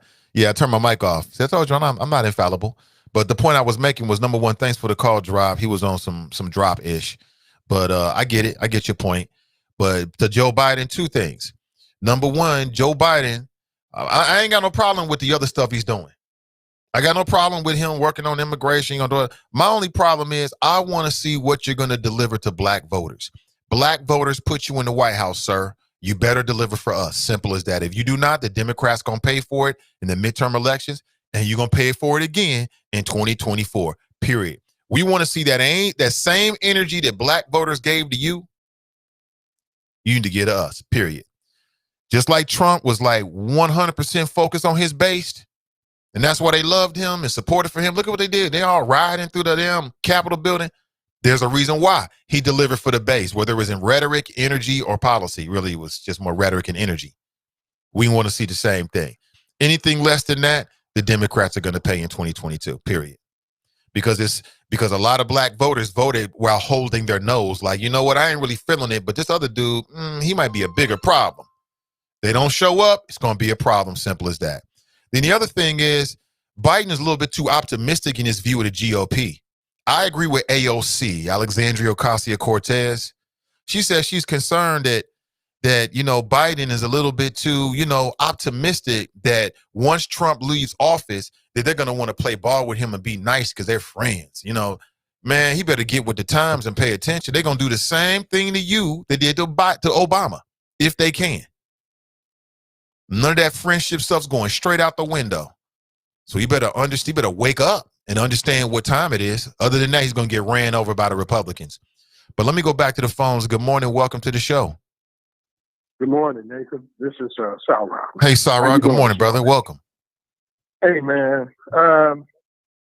First, I think one of the first things abiding. I mean, some of the things that he does in his first 100 days is going to make the difference in terms of this entire administration or entire term.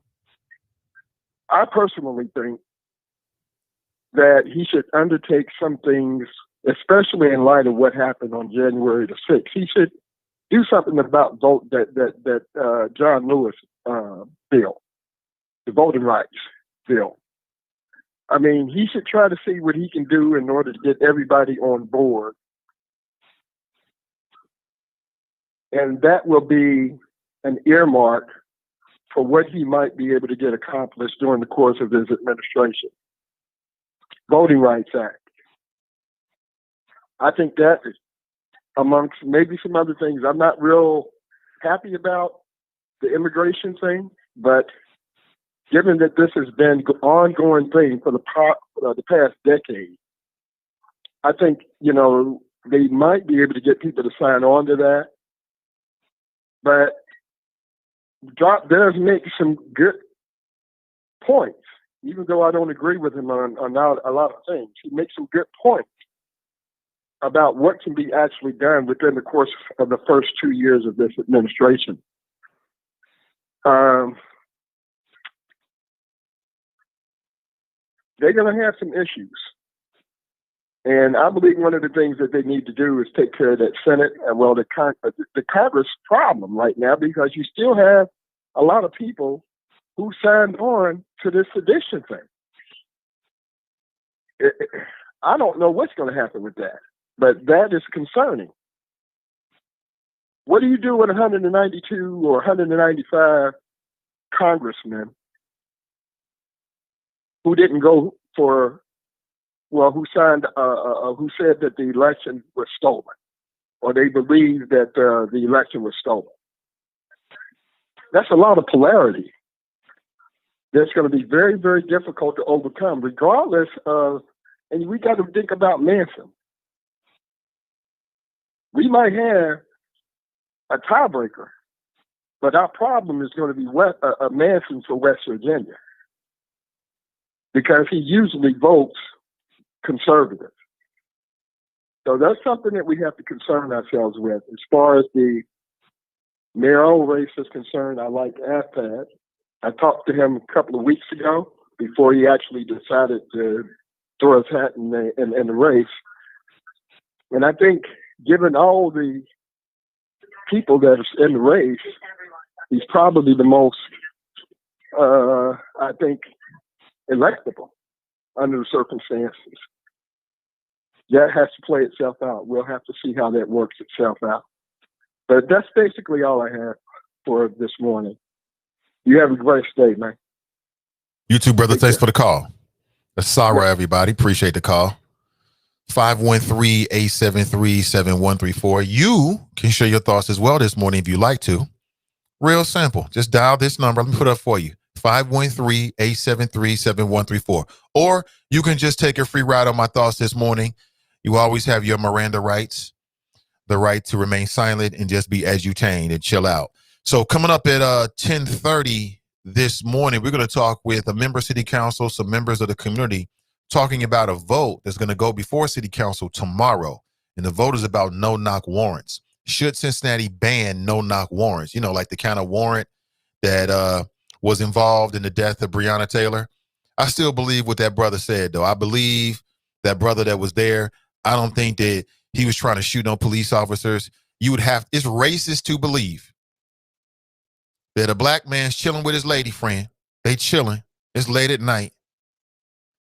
And just because somebody knocked on the door, he wants to shoot somebody.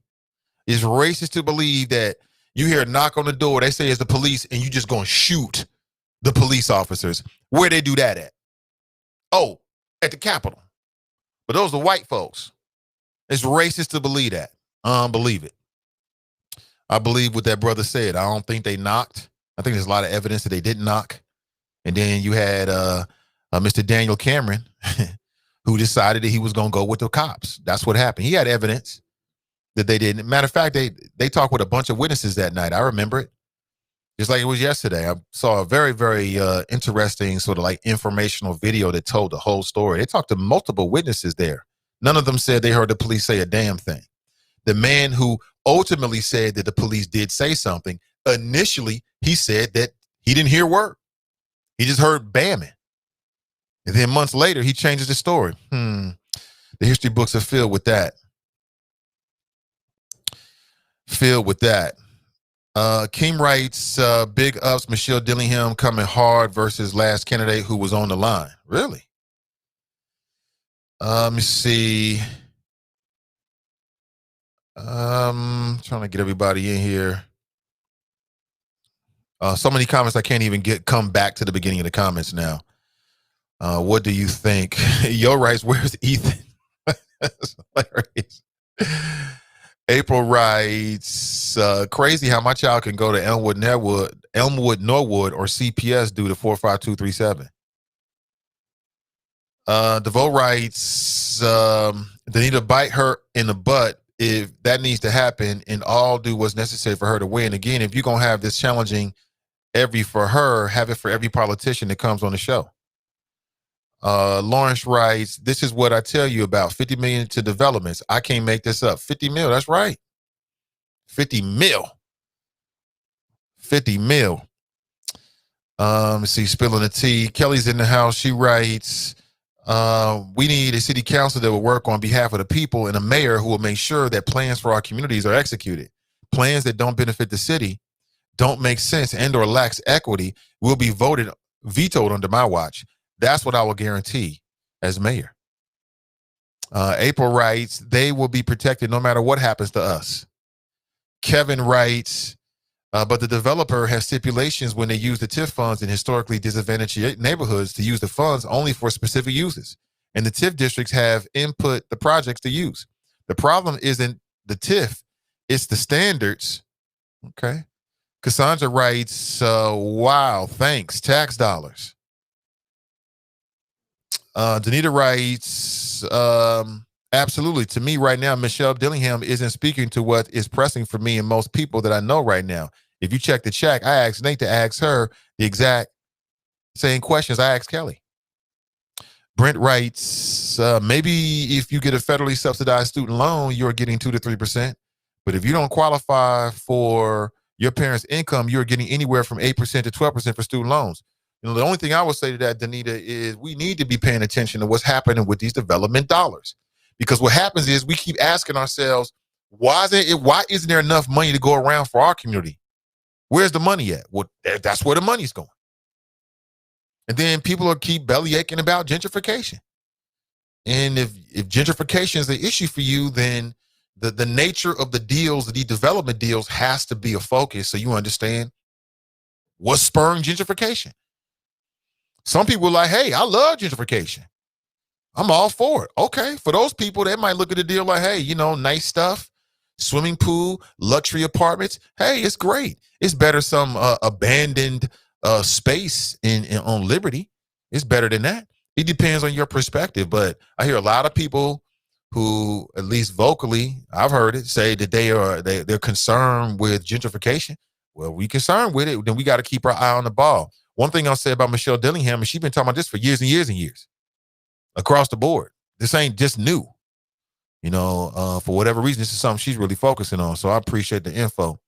Janice writes, this is what I was referring to. Michelle is sticking to and clearly explaining one of her concerns and goals. And of course, she can probably answer other questions of concern, but she is telling you what one of her campaign concerns is.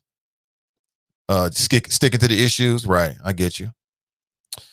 Yo writes, DeVoe Sherman, she just said good luck with her race. What else do you want from her?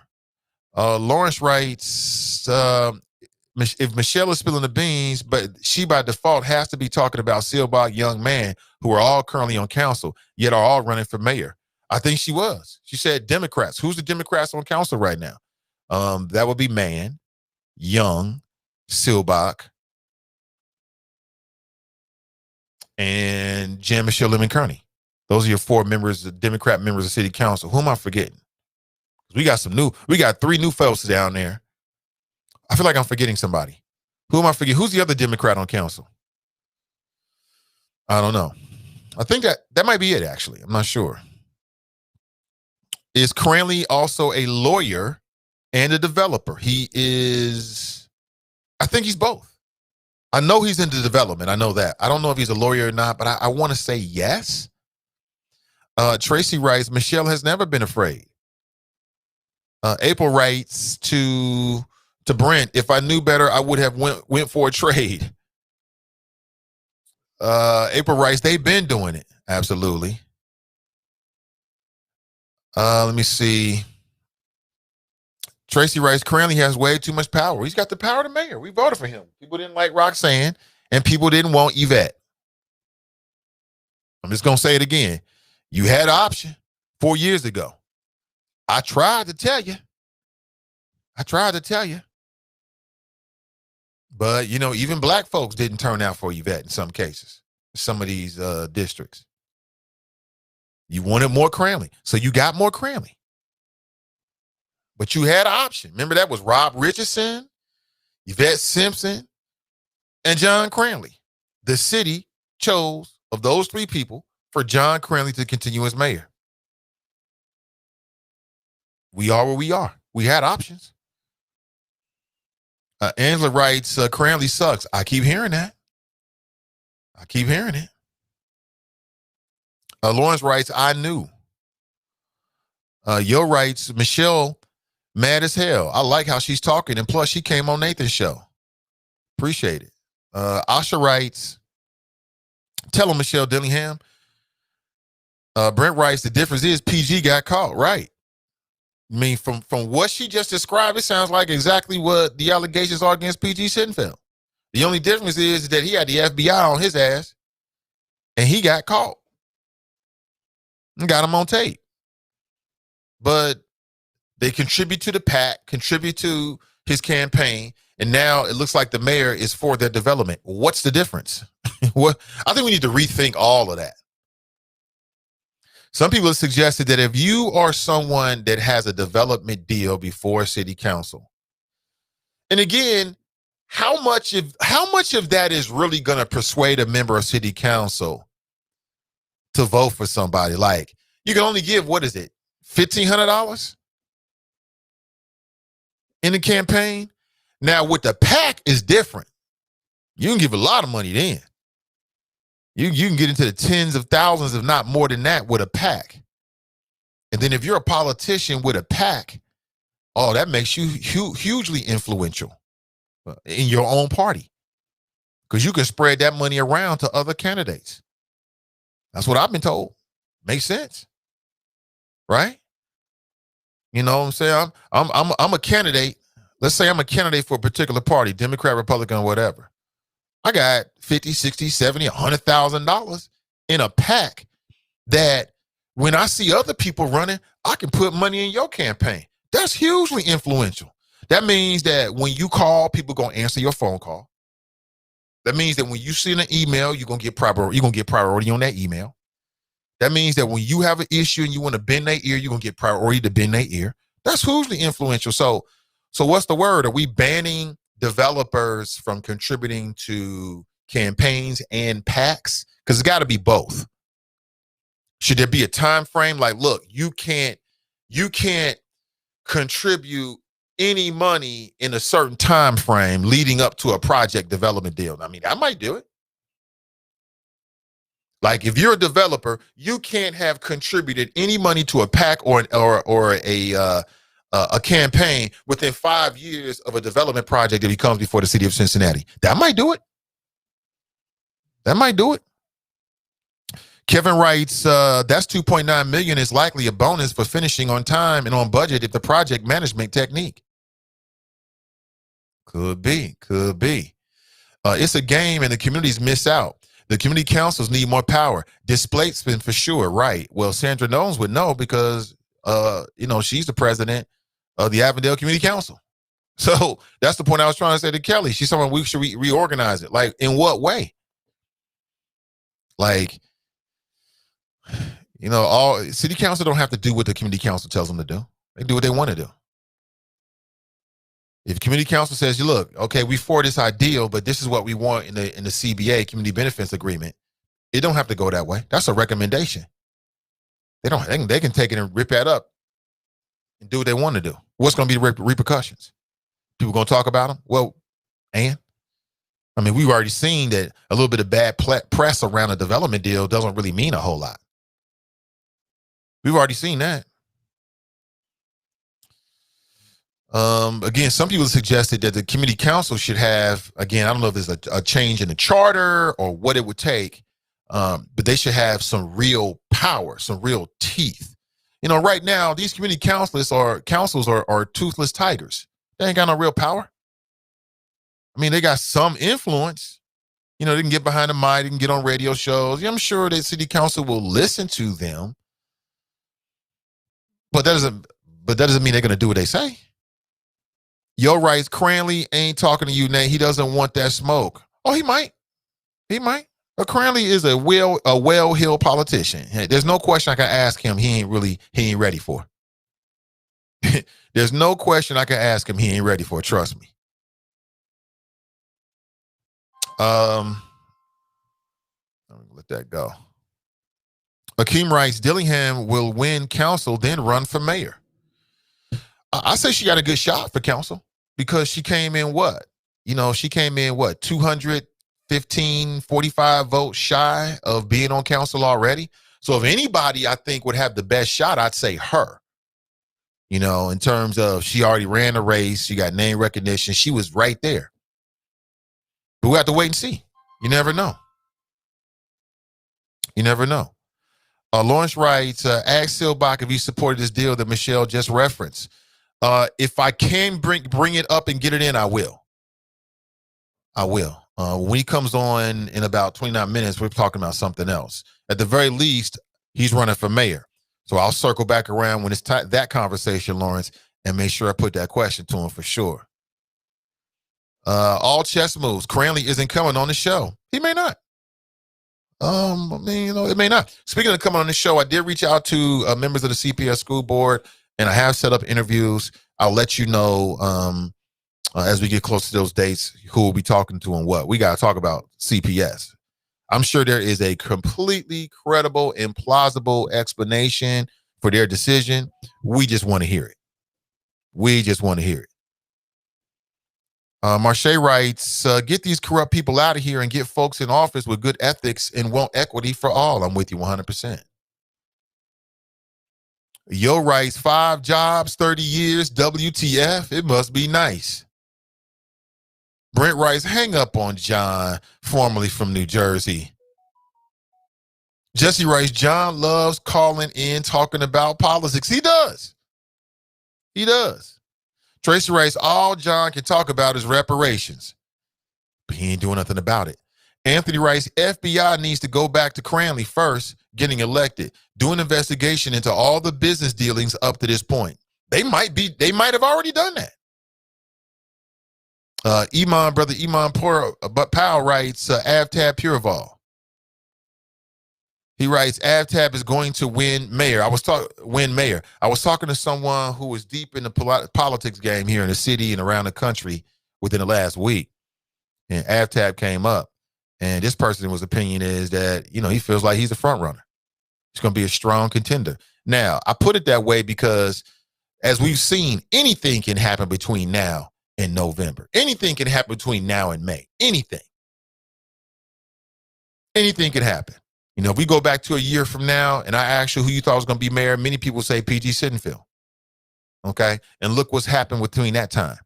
So anything can happen between now and then. You never know. You never know. Tracy writes, did anyone see American Skin over the weekend? I have not, but people keep talking about it. Is it that dope? Let me look this up. Have I seen the commercial for this?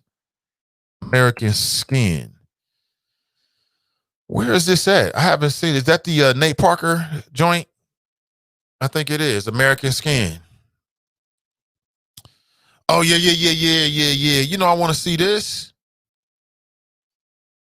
Yeah. So he's an American, a Marine veteran, and he's trying to mend his relationship with his son after the divorce. His son gets killed by a police officer. The officer gets found innocent.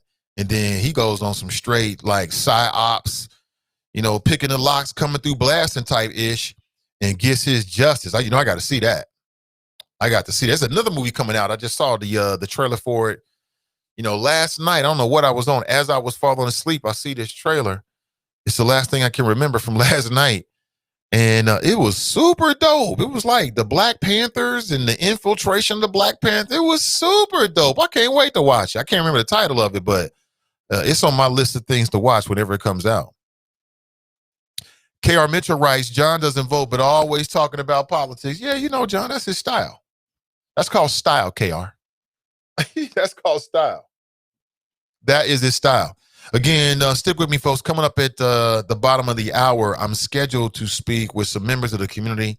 Also, Chris Silbach, who's a member of City Council, who is running for mayor as well, to talk about the push to end no-knock warrants here in the city of Cincinnati, all right? We must discuss that. So let me take a quick break. We'll come right back, go straight back to your chat and your phone calls. Again, this is the last honest place in Cincinnati media. It's the Nathan Ivey Show. Don't go anywhere, and we'll be right back.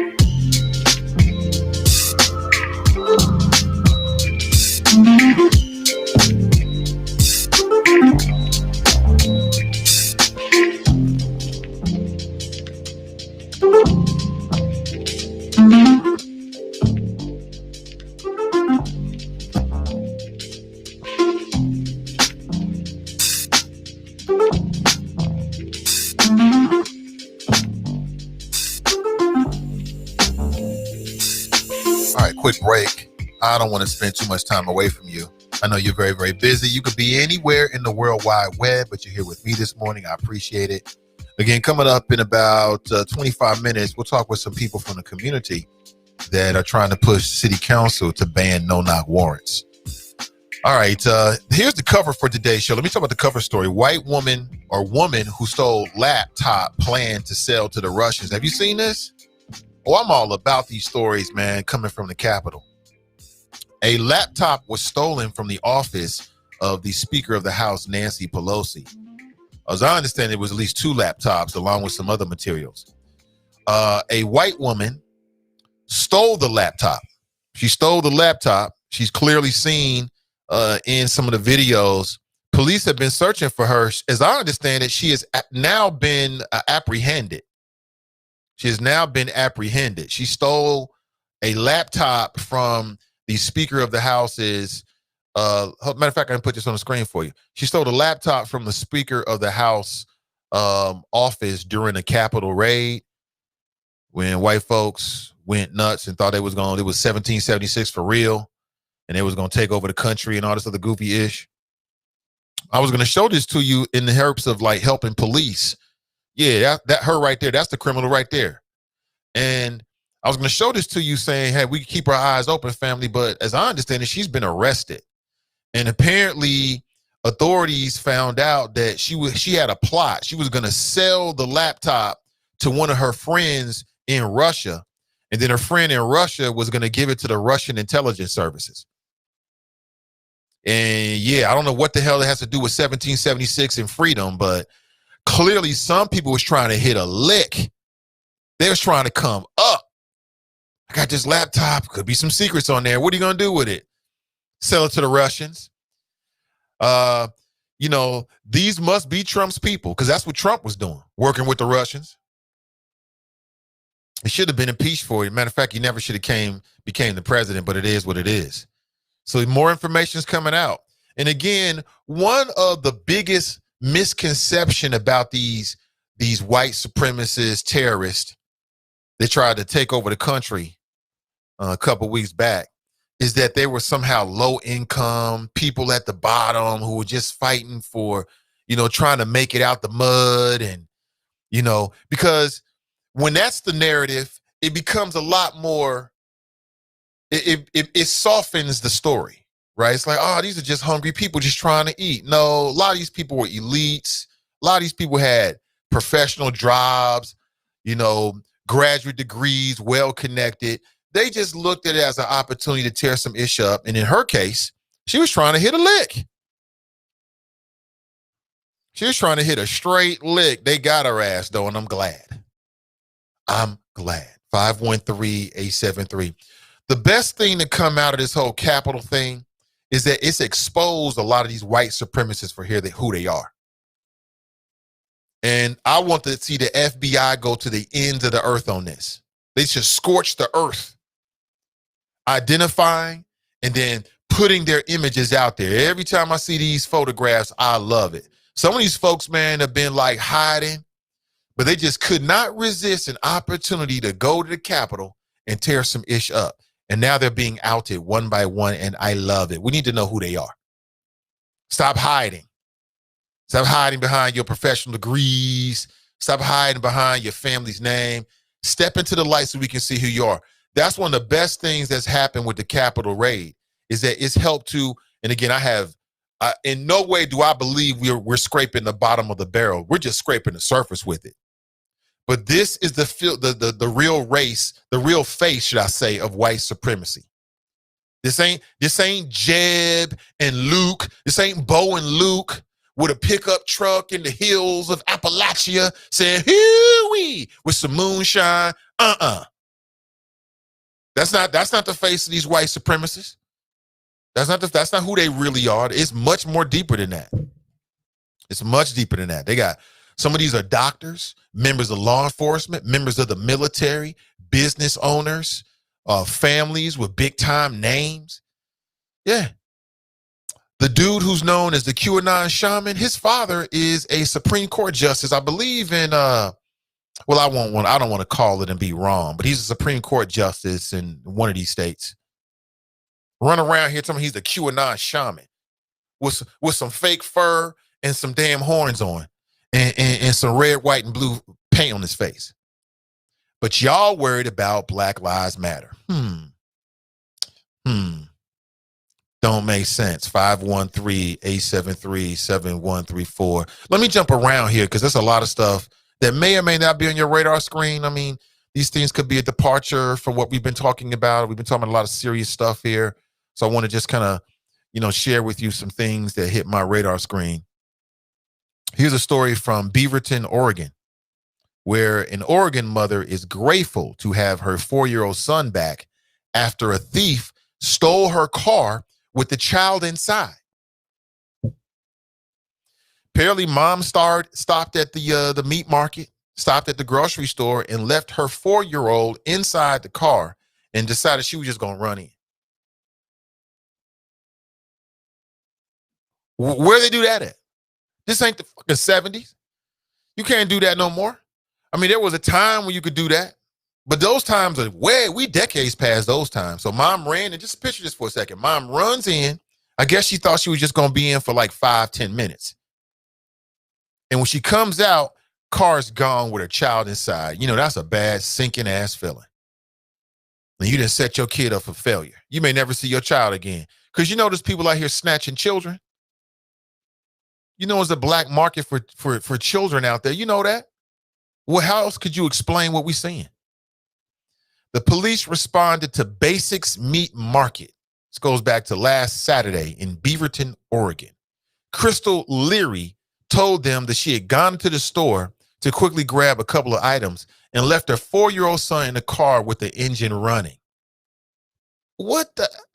I got a 6-year-old. Why would you ever leave a 4-year-old in the car? Mom, sis, what the, when is that ever a good idea? There's no scenario in which I'm leaving my 4-year-old in a fucking car, let alone with the engine running. It must have been a nice neighborhood. It's the only thing I can come up with. I've never been to Beaverton, Oregon. It must be a nice neighborhood with low crime. Anyway, somebody was watching, jumped into the car, drove away. And this is where the story gets even more unbelievable. The man who jumped into the car and stole it, he realized that there was a kid in the back. And what did he do? He turned around, drove back to the store, yelled at the mother, scolded the mother basically for leaving her kid in the car unattended, yelled at her to get the kid out the car, and drove off with the car. And so wait, you in the middle of committing a crime and you gonna scold the person that you stealing from?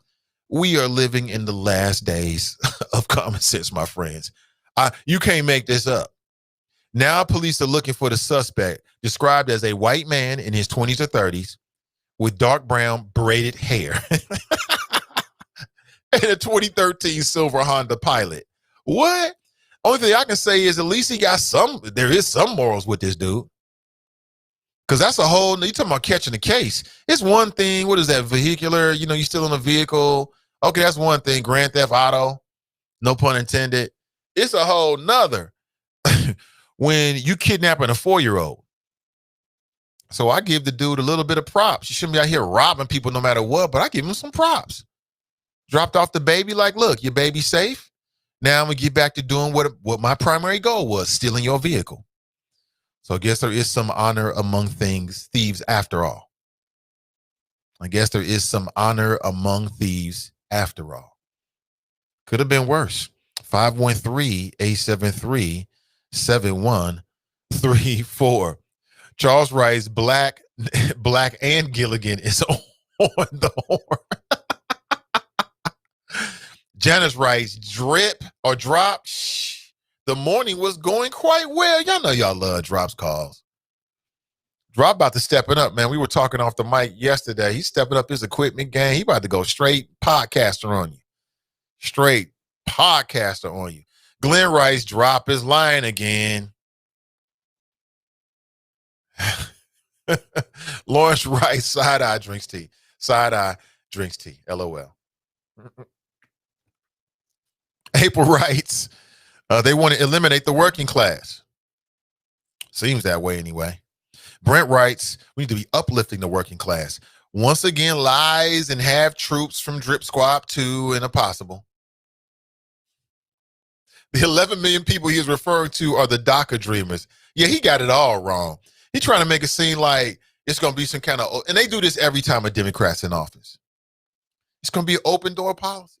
We can't feed Americans now, let alone all these new people that want to come to the country. I mean, there's a process to it. You don't get automatically to become an American citizen, but we know the rhetoric. Get ready for it. Get ready for it. I think when it comes to Biden, it's all on us. It's all on, the organization that black voters bring to the table. If we ain't organized on the national level, if we haven't created the grassroots organizations that are possible to put pressure on Biden and Harris, then you shouldn't expect a damn thing. You're going to get what you organize for. Simple as that. It's just like Cincinnati, Hamilton County, and Ohio. If you haven't created the organizations that's necessary to put pressure on these folks, then what you doing? You're going to get what you've done. Same effort you put into it is what you're going to get out of it. Simple as that. So I'm not looking for Biden and Harris to save me. I'm going to save me.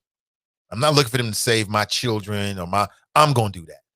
I don't care who's in office. I'm going to do that. We have to do that. It's on us. Now, since we got to make a vote, and since it matters who's the president, I want somebody who's going to be more reflective of what I'm looking for, obviously. But, the game starts right now. What I would encourage people to do is go to Joe Biden's Black Agenda and get familiar with it. And let's hold them accountable to what they said they were going to do in as much as it lines up with what we want to do. That's it. But if you ain't really took the time to even look at the agenda, then how serious are you? I'm just saying, it's online right now. I want to see people talking about my face. Was my face crazy or something? I don't remember. I mean, what can I say? Rachel writes, I'm singing in Vogue, lies, using lies as alibis every time Drip calls. Vince writes, peace, family. How are y'all? Big Nate Ivy, how are you, beloved? I hope all is well. Keep rocking out. Hey, Vince, it's been a minute, man. How you doing, brother? I'm doing well. I'm better than I deserve, man. My mother is now out of the hospital. Now she's in sort of a recovery facility.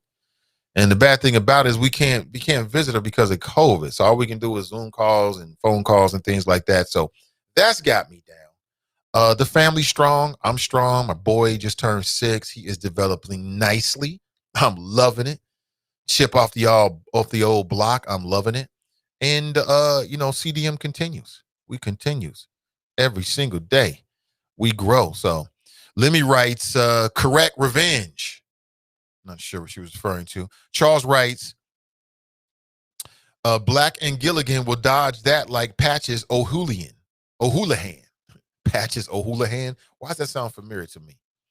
Anthony writes, no, he's not. He knows hashtag Orange 45 needs to be punished. He just doesn't want a lot of time spent on it. Nakia writes, sounds like a Trumpster. Nakia, you are right. He is a Trumpster. But don't tell him that because he'll get mad. He'll say, I'm not a Trump supporter. I support the Republican Party. And Trump was a Republican candidate. Now, to me, he's splitting hairs, but that's something that's serious to him. Thank you for telling me the mic's off. Appreciate that. Appreciate it. Appreciate it. More now sound. Appreciate it.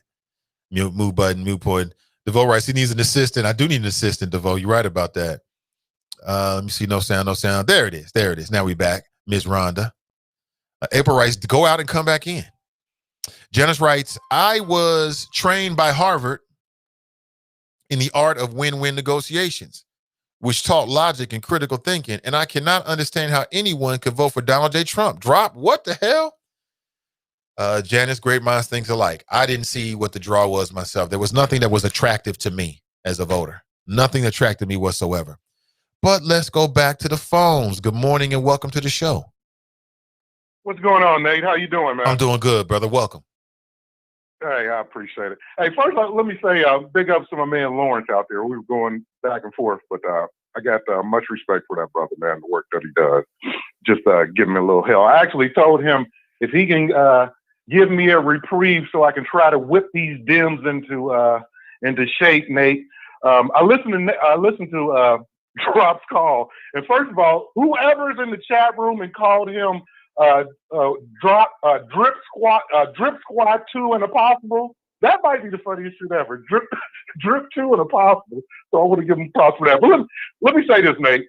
What I had mentioned is that the more and more that these videos come out, I think it's going to make it impossible for Joe Biden to play the Botham Jean role. You know what I always say. We're not trying to hug it out this time, but I think it makes it impossible for them to say we're just going to let what happened on January the 6th fly.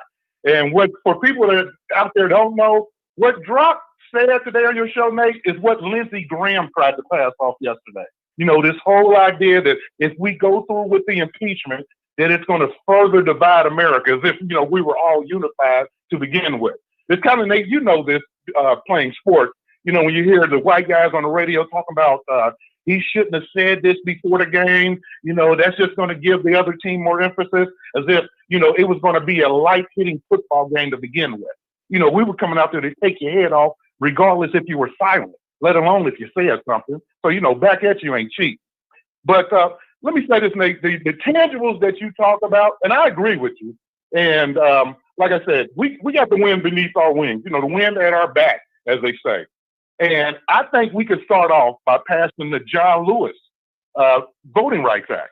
I think we can start off by making sure that we pass the George Floyd Police Reform Act. I don't know specifically what the name of both acts is called, but that's a very good start. Wouldn't you agree? Refresh my memory as to what they're supposed to do. Well, the George Floyd Act is more about the policing, the no chokehold, the different reforms that we've talked about, all summer. I think that even your law it should be what you were trying to propose should be part of that. Well, again, I can't recall, and I don't have the specifics of those two things you brought up, but safe to say, right now, I believe that the interests of black voters should be on that top 10 list, that top 3 list of what Biden does within the first 100 days. Yep. I agree. That's why I talked about the John Lewis Voting Rights Act. I mean, Nate, think about it. We haven't had a revised version of the Voting Rights Act, Article 5, since I believe it was 2010. Isn't that when Barack Obama lost the House and then Republican legislators all over the country, without that safeguard there, instituted voter ID laws? Correct. And we all know that voter ID laws would disproportionately affect minorities and the elderly. Guess what? The Democratic voting base.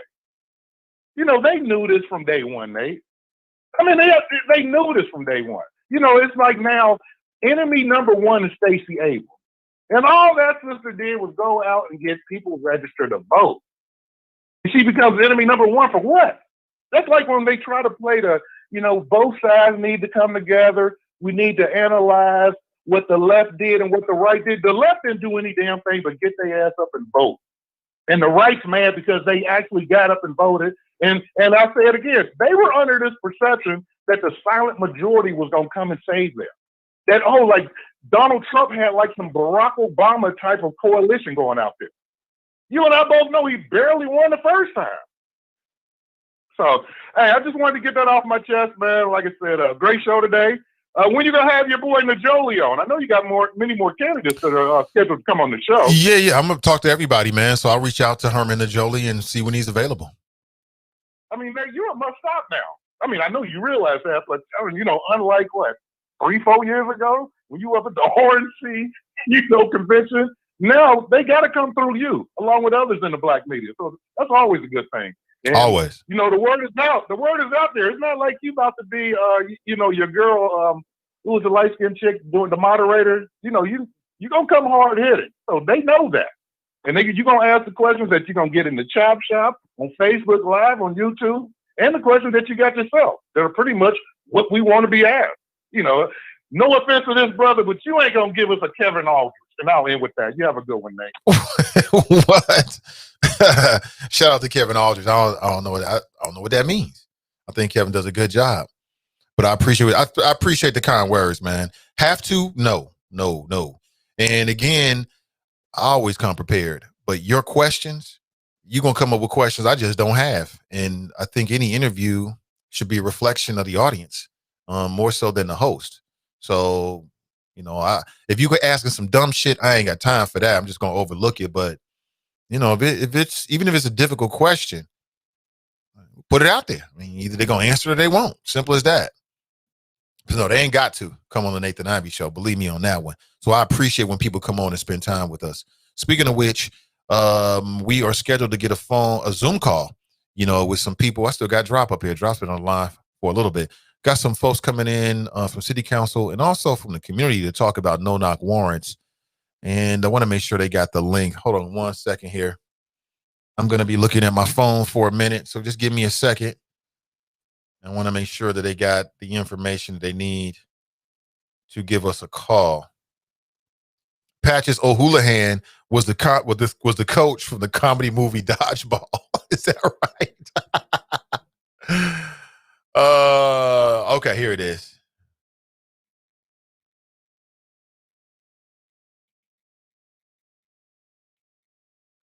All right, so I just got a message, and hopefully we'll get a Zoom call here in a second.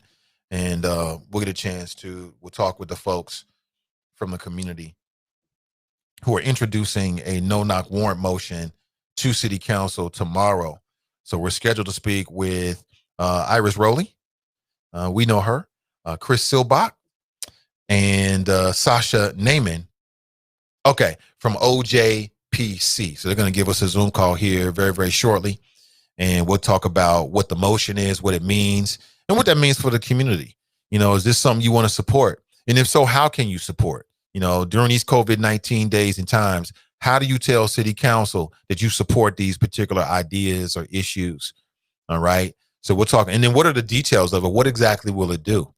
And I've got limited information as to all the details, but in general, I'm against no-knock warrants. I think they're dangerous to our community, and I think it's dangerous for police officers. Real simple. And somebody made the argument that, you know, in Hamilton County, in the city of Cincinnati, they've been granted, no-knock warrants have been granted so infrequently that it's not necessary. But I look at it differently. All it takes is one. All it takes is one time. You know, one bad no-knock warrant, one bad interaction to ignite a city. To I don't think it would set us back, but to have people in the streets again. There's a reason when you have so many people from Cincinnati that were in the streets last year during the summer of social unrest. And the reason why is because they're looking at the city they live in, and it was a reflection of how they feel about the city. I know there was some city leadership like, well, this George Floyd happened. It didn't happen in Hamilton County. Yeah. What does that tell you? Think about it. Okay, so we got folks coming in now. See folks backstage. I'm going to wait till everybody gets in, and then we'll start the conversation this morning. Hey, what's up, Councilman Silbach? Can you hear me? Okay, yes, he can. Cool. He's running for mayor as well.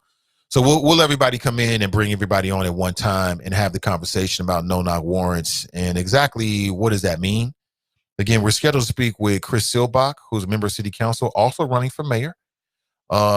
Sasha Naaman from OJPC, and also Iris Rowley as well. And we all know Iris. She's a very familiar voice and face here on this show. So we'll talk about what that means. As I understand it, this is something that's going to come before City Council tomorrow. So this is a perfect conversation time. It's a perfect time to have the conversation beforehand so you can have as much information as possible. As I said, this might be something you support. So what does that mean? You know, how do you raise your voice to let City Council know that you support this in particular? So we'll talk about all of that coming up in just a couple of minutes. All right.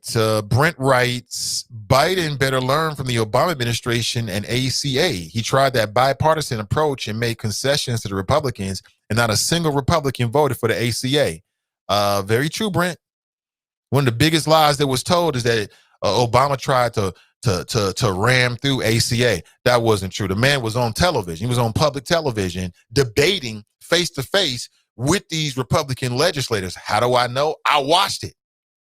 It was on TV for like 2-3 days. It might have been a whole week, but I remember 2 or 3 days, like for hours. And they were sitting there. It was unprecedented. They were sitting there in these committee meetings having conversations about the particulars of ACA and going back and forth about it. And what I thought was so impressive is that it was Obama leading the conversation. Joe Biden was sitting next to him.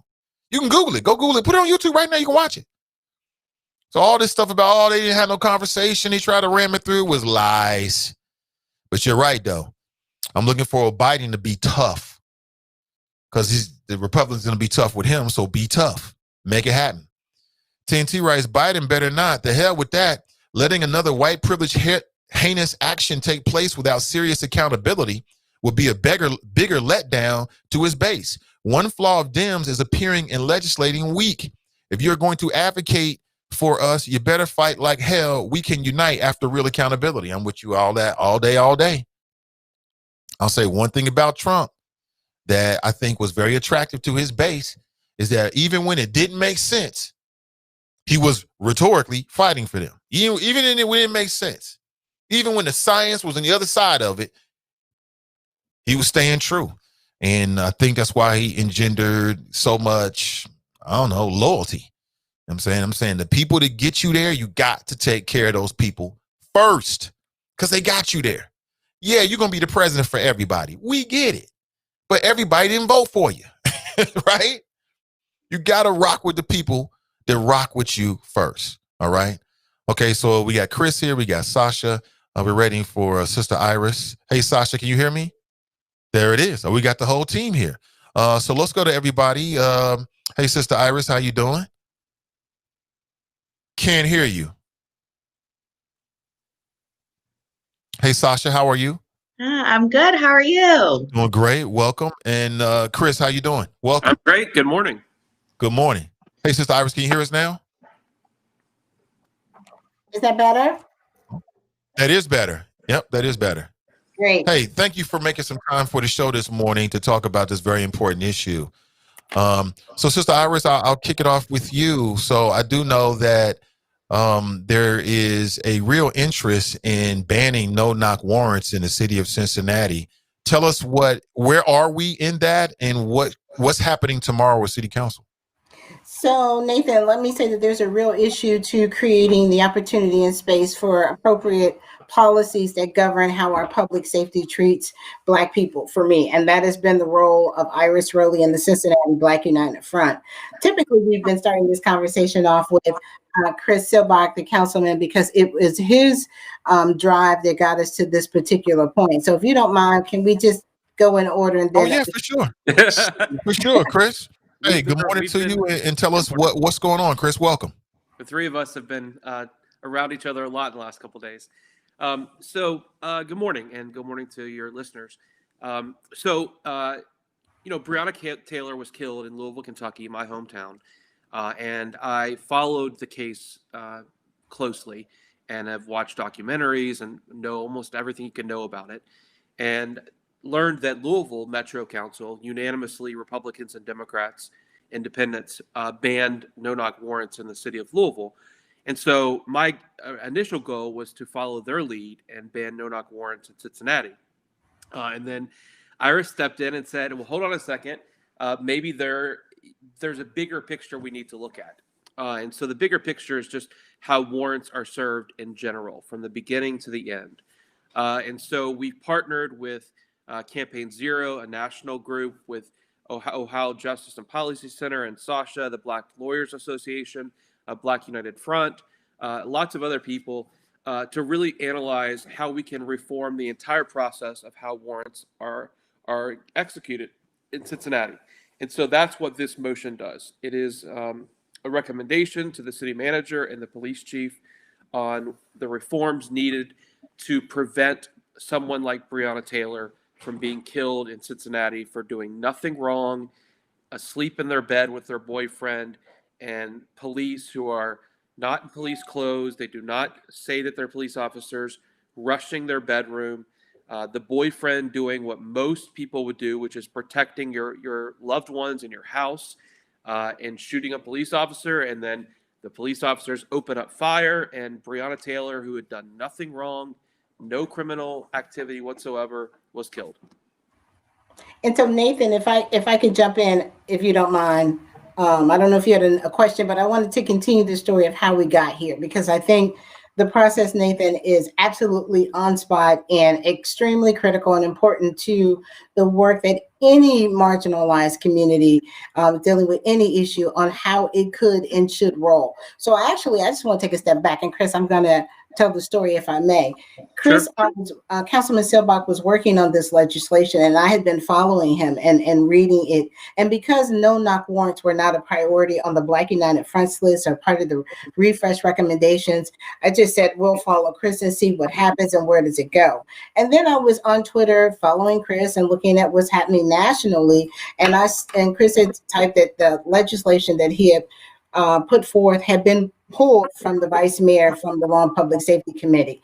Well, before I did my Iris thing and Iris and I said vice mayor, I decided to call Councilman Silbach and find out what was it that I didn't know, which is truly the foundation of the collaborative agreement. It's called problem solving, finding out what you don't know before you go have cocked on something that may not need to be gone have cocked on. So when I called Chris, he explained to me what he thought the issue was. And I said, well, this gives us the opportunity to go deeper. And so please allow me to bring my team, the Leaders of the Free World, the Ohio Justice and Policy Center, the Social Justice Institute at the Urban League, the Black Lawyers Association, and Attorney Gabriel Fletcher at the Ohio Justice and Policy Center, and of course, our very own Al Gerharstein, our attorney, and the community, because the community had weighed on earlier in the summer. Part of the data that the leaders collected over the summer, part of that was, what are we going to do around these no-knock warrants? So we wanted to bring in a lens that's typically different than how people change policy and work on policy, But this is the process of the CA, and I thank Councilman Silbach for hearing me and then allowing us to bring such a huge team and Campaign Zero. And I was trying to get to him, Nathan, to bring D. Ray McKesson in, the co-founder of Campaign Zero, to the show today, so you can hear from a national expert that's watching and looking at these policies as they evolve. And so this is how we got to today. So Sasha, tell us what's the role of OJ PC in this? So we had the opportunity to work with Iris and with community members in the actual drafting of the language of the policy. So we went through and made sure we added the right nuance to it, that it was going to be carried out in the way that community members wanted to see it carried out. We wrote the language, so the nuts and bolts of it. Well, let's talk about the language, Chris. So this is bigger than just banning no-knock warrants, right? This is changing the whole process. So what will change? I guess I'll take that. So a number of things the motion calls to change. We're adding new disclosures to the warrant application, including you have to list the names of the known people and the ages of all individuals that will likely be in the house prior to the raid. The officers have to have a plan if no one answers the door within the 60-second allotted time. It clarifies that the officers must identify themselves as law enforcement officers before entering the home. It further defines what emergency circumstances allow for an entry in less than 60 seconds, which would include audible threats, seeing a hostage being held, terrorism, etc. It ensures that officers executing the raid are in uniform and not in plain clothes. It dramatically limits the allowable circumstances for a no-knock warrant, only to terrorism, murder, kidnapping, active shooter. Clarifies that drug activity does not qualify for a no-knock warrant, and it can only be requested within 24 hours of execution. Previously, a no-knock warrant could be held for much longer, which implies it wasn't an emergency in the first place. It requires all warrants be executed with officers wearing body cameras, and that warrants are executed during the day. That's what the motion does. I detect no problems with that. That seems to be all common sense. I'm quite surprised that it's not even already put in place. How does the local police department feel about it? How's the CPD feel about this? Well, Nathan, it's good that you asked that. This past Friday, we did our Freedom Friday, and Chief Elliot Isaac was our guest. Now, unfortunately, people don't often pay attention to what's being put out, but we sent, as part of our goals, the CBUF goals, to the council and city administration, police administration, our goals, and this was part of it. Chris has been working on this since the summer, trying to get this legislation written and pushed forward. But we had the chief on, and some of the things, believe it or not, the chief said that they are currently doing. The specifics I can't remember because I am moderating that format. Sasha definitely will get into the nuts and bolts of that. But he also indicated that we definitely needed policy to match the headline so that it can be enforced across the district. So it was received well as common sense, practical, saving everyone. This is about saving everybody's lives, not just the police, community, and people around the communities where these warrants are being executed. Now, when we were writing the language, it was really important for us to look at, what were some of the best practices nationwide, but also what is appropriate for us locally, right? That's the nuance of seeing what works everywhere and then what works here. And ultimately, what it ended up being is, I'm biased because I helped write it, but I think it's very reasonable. It's very nuanced. It's appropriate. And as Iris said, a lot of the parts of it actually have been happening to some level, depending on the officer and depending on the judge and depending, on the circumstance. We just want to make sure that these good policies are in the grain of, in the thread of everything that's happening with CPD. So for example, one thing that we're adding is that all warrants, no-knock warrants or regular warrants, have to explain to the court who else is an occupant on the premises, what's their age, are they under investigation, so that when the judge is deciding whether to issue the warrant, the judge knows that There's the 7-year-old niece who is there. There's, the 85-year-old grandma who is there. And that can inform the judge's decision. And we heard from Chief Isaac on our last Freedom Friday call that, in fact, some of the judges have already been asking about this, which is great, which also shows this shouldn't be any kind of inconvenience or obstacle to add this to the policy. But we do want to make sure that every single time that is being presented to the court, because that's an important consideration if you're going to go into a premises, even with a regular warrant, because even a regular warrant can become a no-knock raid in some circumstances. So, Chris, let's talk about the political end of it. What kind of support do you anticipate on council? Chris, can you hear me? I can hear you. Yeah. What kind of? Let's talk about the political end of it. What kind of support do you anticipate from your fellow members of City Council? I think I'll have support. As you know, we have 4 new members of council that I don't know very well, but the 5 Democrats who are still on council, I believe, will support this. There may be questions and we may have to wait a week to get all questions answered, but in the end, I feel confident that this will pass. And so what time will the vote go up to? Because people can watch via city cable, and with COVID-19, a lot of people will choose that. But what can the community do to let city council members know that they support this? Sure. So you can email us, citycouncil@cincinnati-oh.gov, or you can sign up. Right now, all of our meetings are on Zoom. City Hall is closed because of the pandemic. And so you can sign up at the city's website to speak to the committee, or we actually are, because of the holiday on Monday, our full council meeting will be on Thursday at 1:30. So you can sign up to either speak at the committee at 9 a.m. tomorrow or a full council on Thursday at 1:30. Which is it? Law and Public Safety Committee tomorrow? Correct. Yes. Okay. And so how does this work? Tell us the path that this has to follow for it to become the new law. So it comes out of Law and Public Safety and then goes to the larger council. What's the time frame that you anticipate for this to become the new way of doing things? I want to see this implemented within 30 days. Ultimately, the city manager is responsible for making these changes, working with the police chief. But we're excited. I talked to her last night. We're excited to work with her to figure out how to implement these changes. And, I think most people are on board. And this is not just about a Breonna Taylor. It's also about police officers and next door neighbors. In the case of Breonna Taylor, an officer was shot and a bullet ended up in the wall of a neighbor. So this is about protecting all parties involved. And so, I hope that police officers understand that this is not just about protecting citizens, but also protecting themselves as well from harm's way. Because when you are rushing into someone's house after midnight, when the person has done nothing wrong, your first instinct is to, most people have a gun beside their bed. Your first instinct is to protect your loved ones. And so that's what happened with Breonna Taylor, and an officer ended up shot and Breonna Taylor was killed.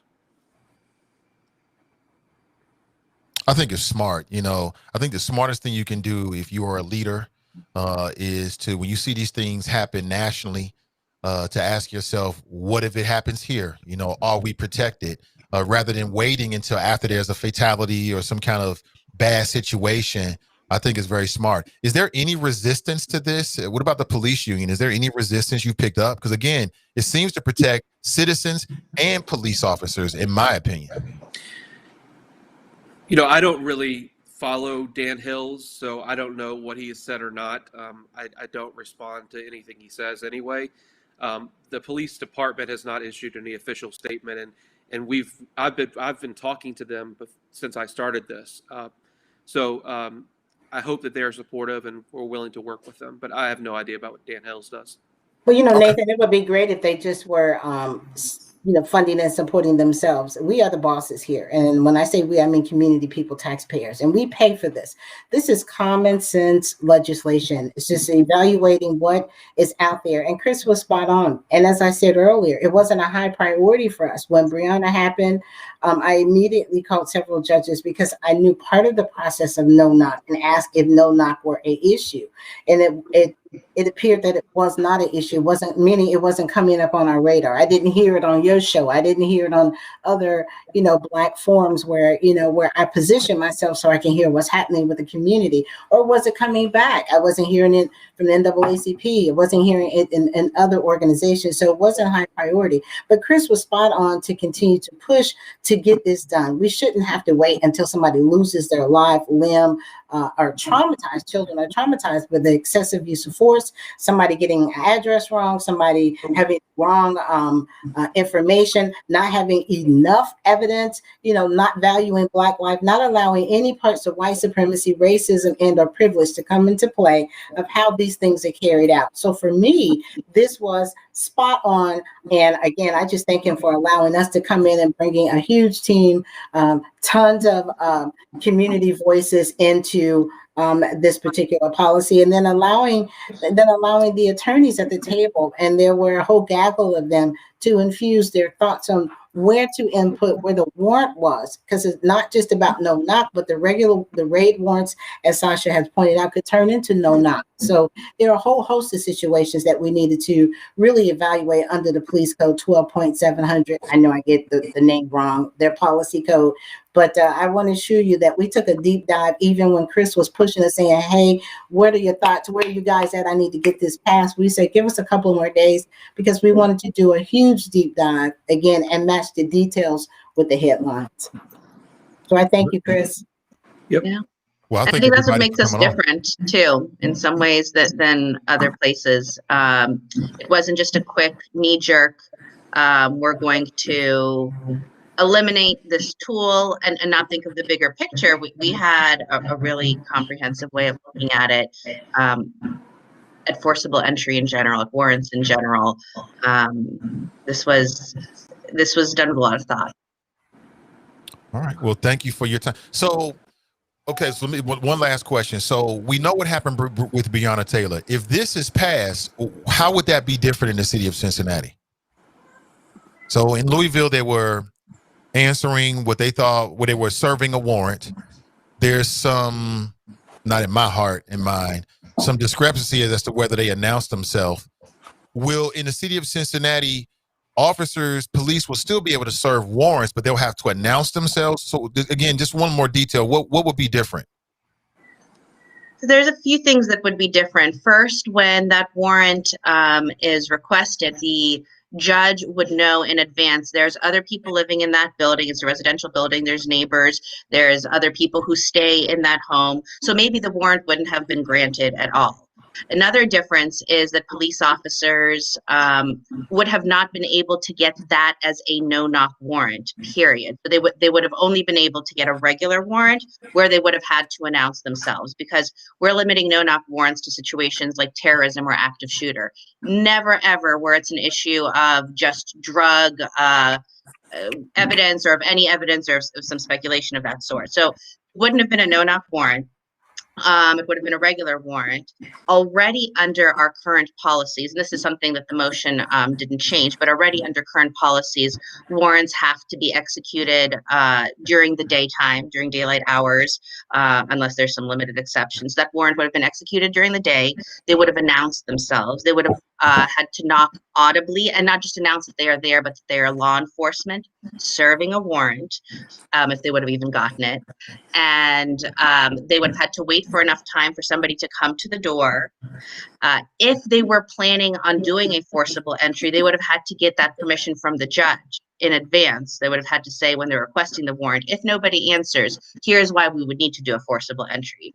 And the other part is they would have had to have evidence within 24 hours. So I guess the big differences are it wouldn't have happened, wouldn't have happened, it wouldn't have happened. All the parts of it wouldn't have happened. Don't forget the body-worn camera part. Oh, yeah. And everything would have had it gotten through all those stages. Everybody would have had body-worn cameras that would have been turned on in advance and kept on for 15 minutes.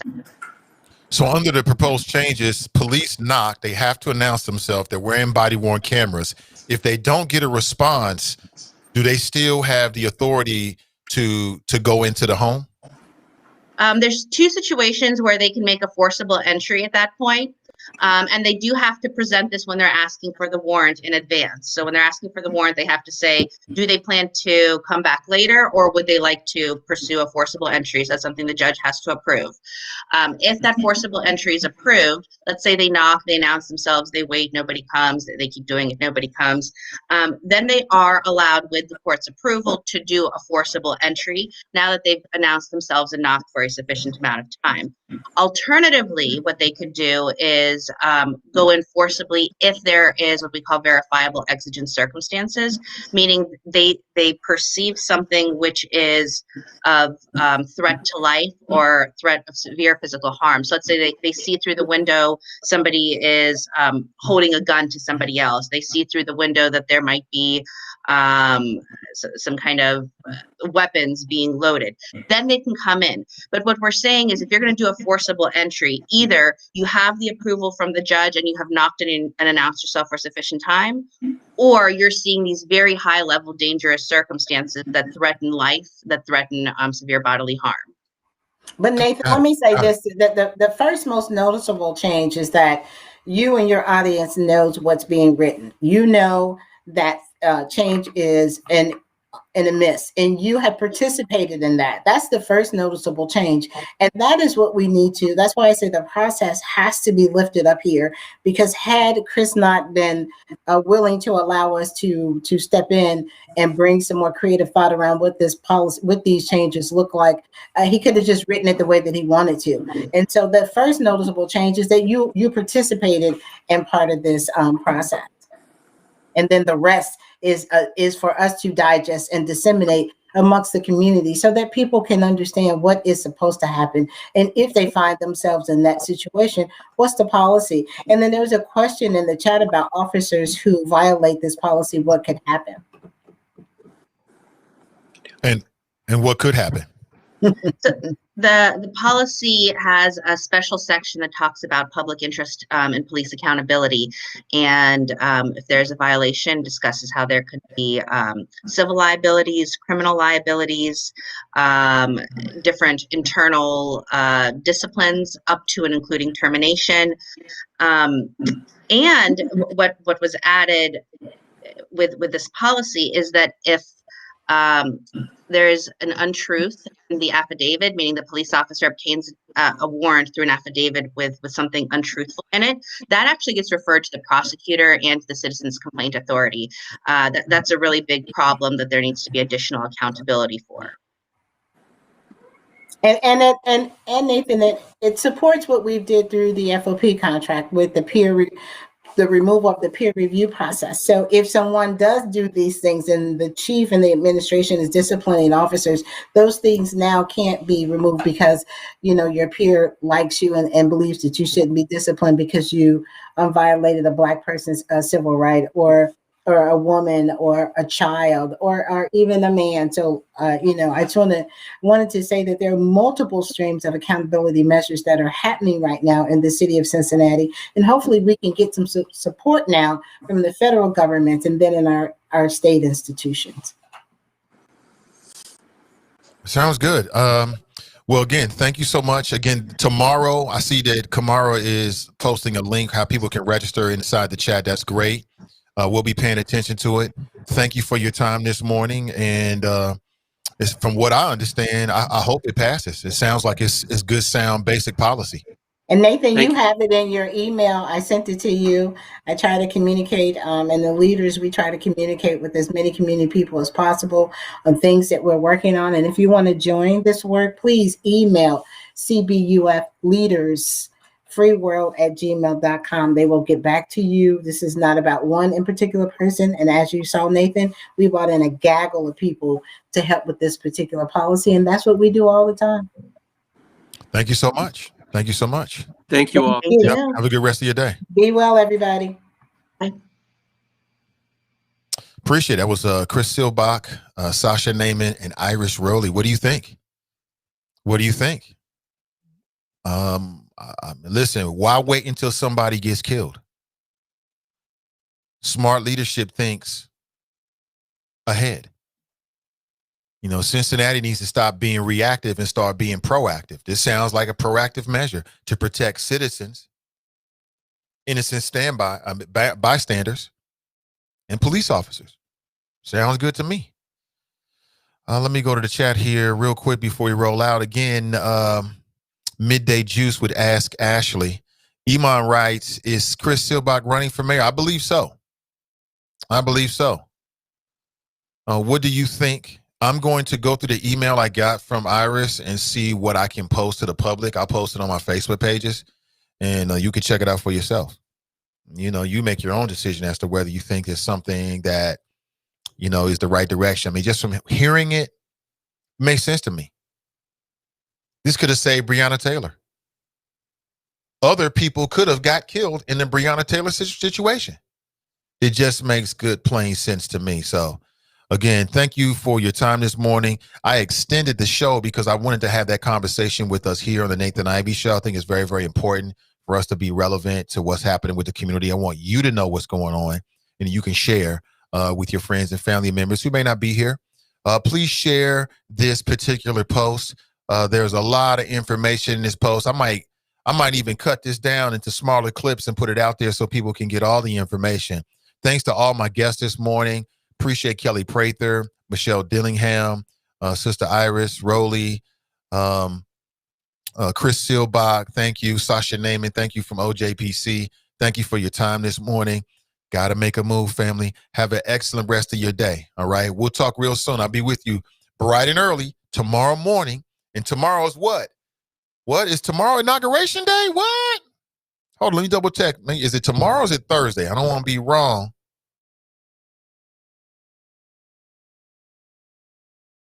Yes, tomorrow is Inauguration Day. So we'll see the Democratic transfer of power.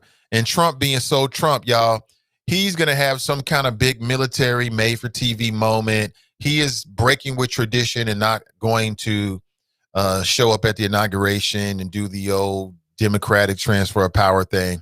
I wouldn't expect anything different from Trump. He's going to try to upstage by doing his own stage show. Okay, so we'll talk all about it tomorrow morning. I'm highly accessible. I'll say it again. I'm looking to work with creators and creatives. If you are a creator or a creative person, perhaps we can work together as we build out a CDM. My message and my mission is simple: amplify Black voices in Greater Cincinnati and beyond. And if you're a podcaster, if you're an audio person, maybe you're super dope as a writer or an illustrator, maybe you're an entrepreneur, I've got a few ideas on how we can creatively connect you with your customers and your audience as well. If you've never thought about doing a podcast, perhaps we can put our heads together and come up with something dope. If you're currently doing a podcast and want to amplify your voice, perhaps we can work together. If you're a video editor, videographer, I'd love to speak with you. You can hit me with a DM, a direct message, and I will respond today to set up a time to connect with you personally. All right? Have an excellent rest of your day, family. My name is Nathan Ivey. Today's show, of course, brought to you by the good folks at CDM, Sin Digital Media. I'll be back tomorrow, 7:30 a.m. Until then, have an excellent rest of your day, and I'm out.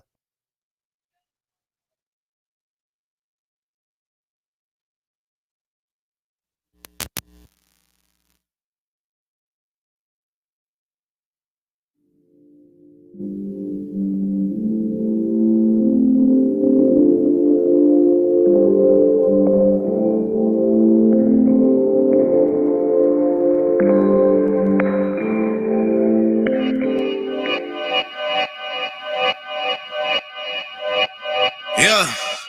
Talking to my mirror like I love you so much. Curving on my critics like I heard you, so what? You can't kill my confidence, I think I'm the man. Tally all the I ever gave on my head. Lately I've been living like I can't take a loss. They ain't wanna help me, that's what made me a boss. You can't kill my confidence, I think I'm the man. We don't give a fuck, that's what they don't understand. I'm back again like flu season. I broke records while loose leafing. I'm coming down my roof, leaving. Don't give a fuck, I don't care. Did the for my lonesome. No wonder now I'm on one. No shortcuts on that long run. All I really want is my share. Get on my God, on my totem is nothing. In the discussion, for the feelings I throw on my pain on percussion. The disgusting.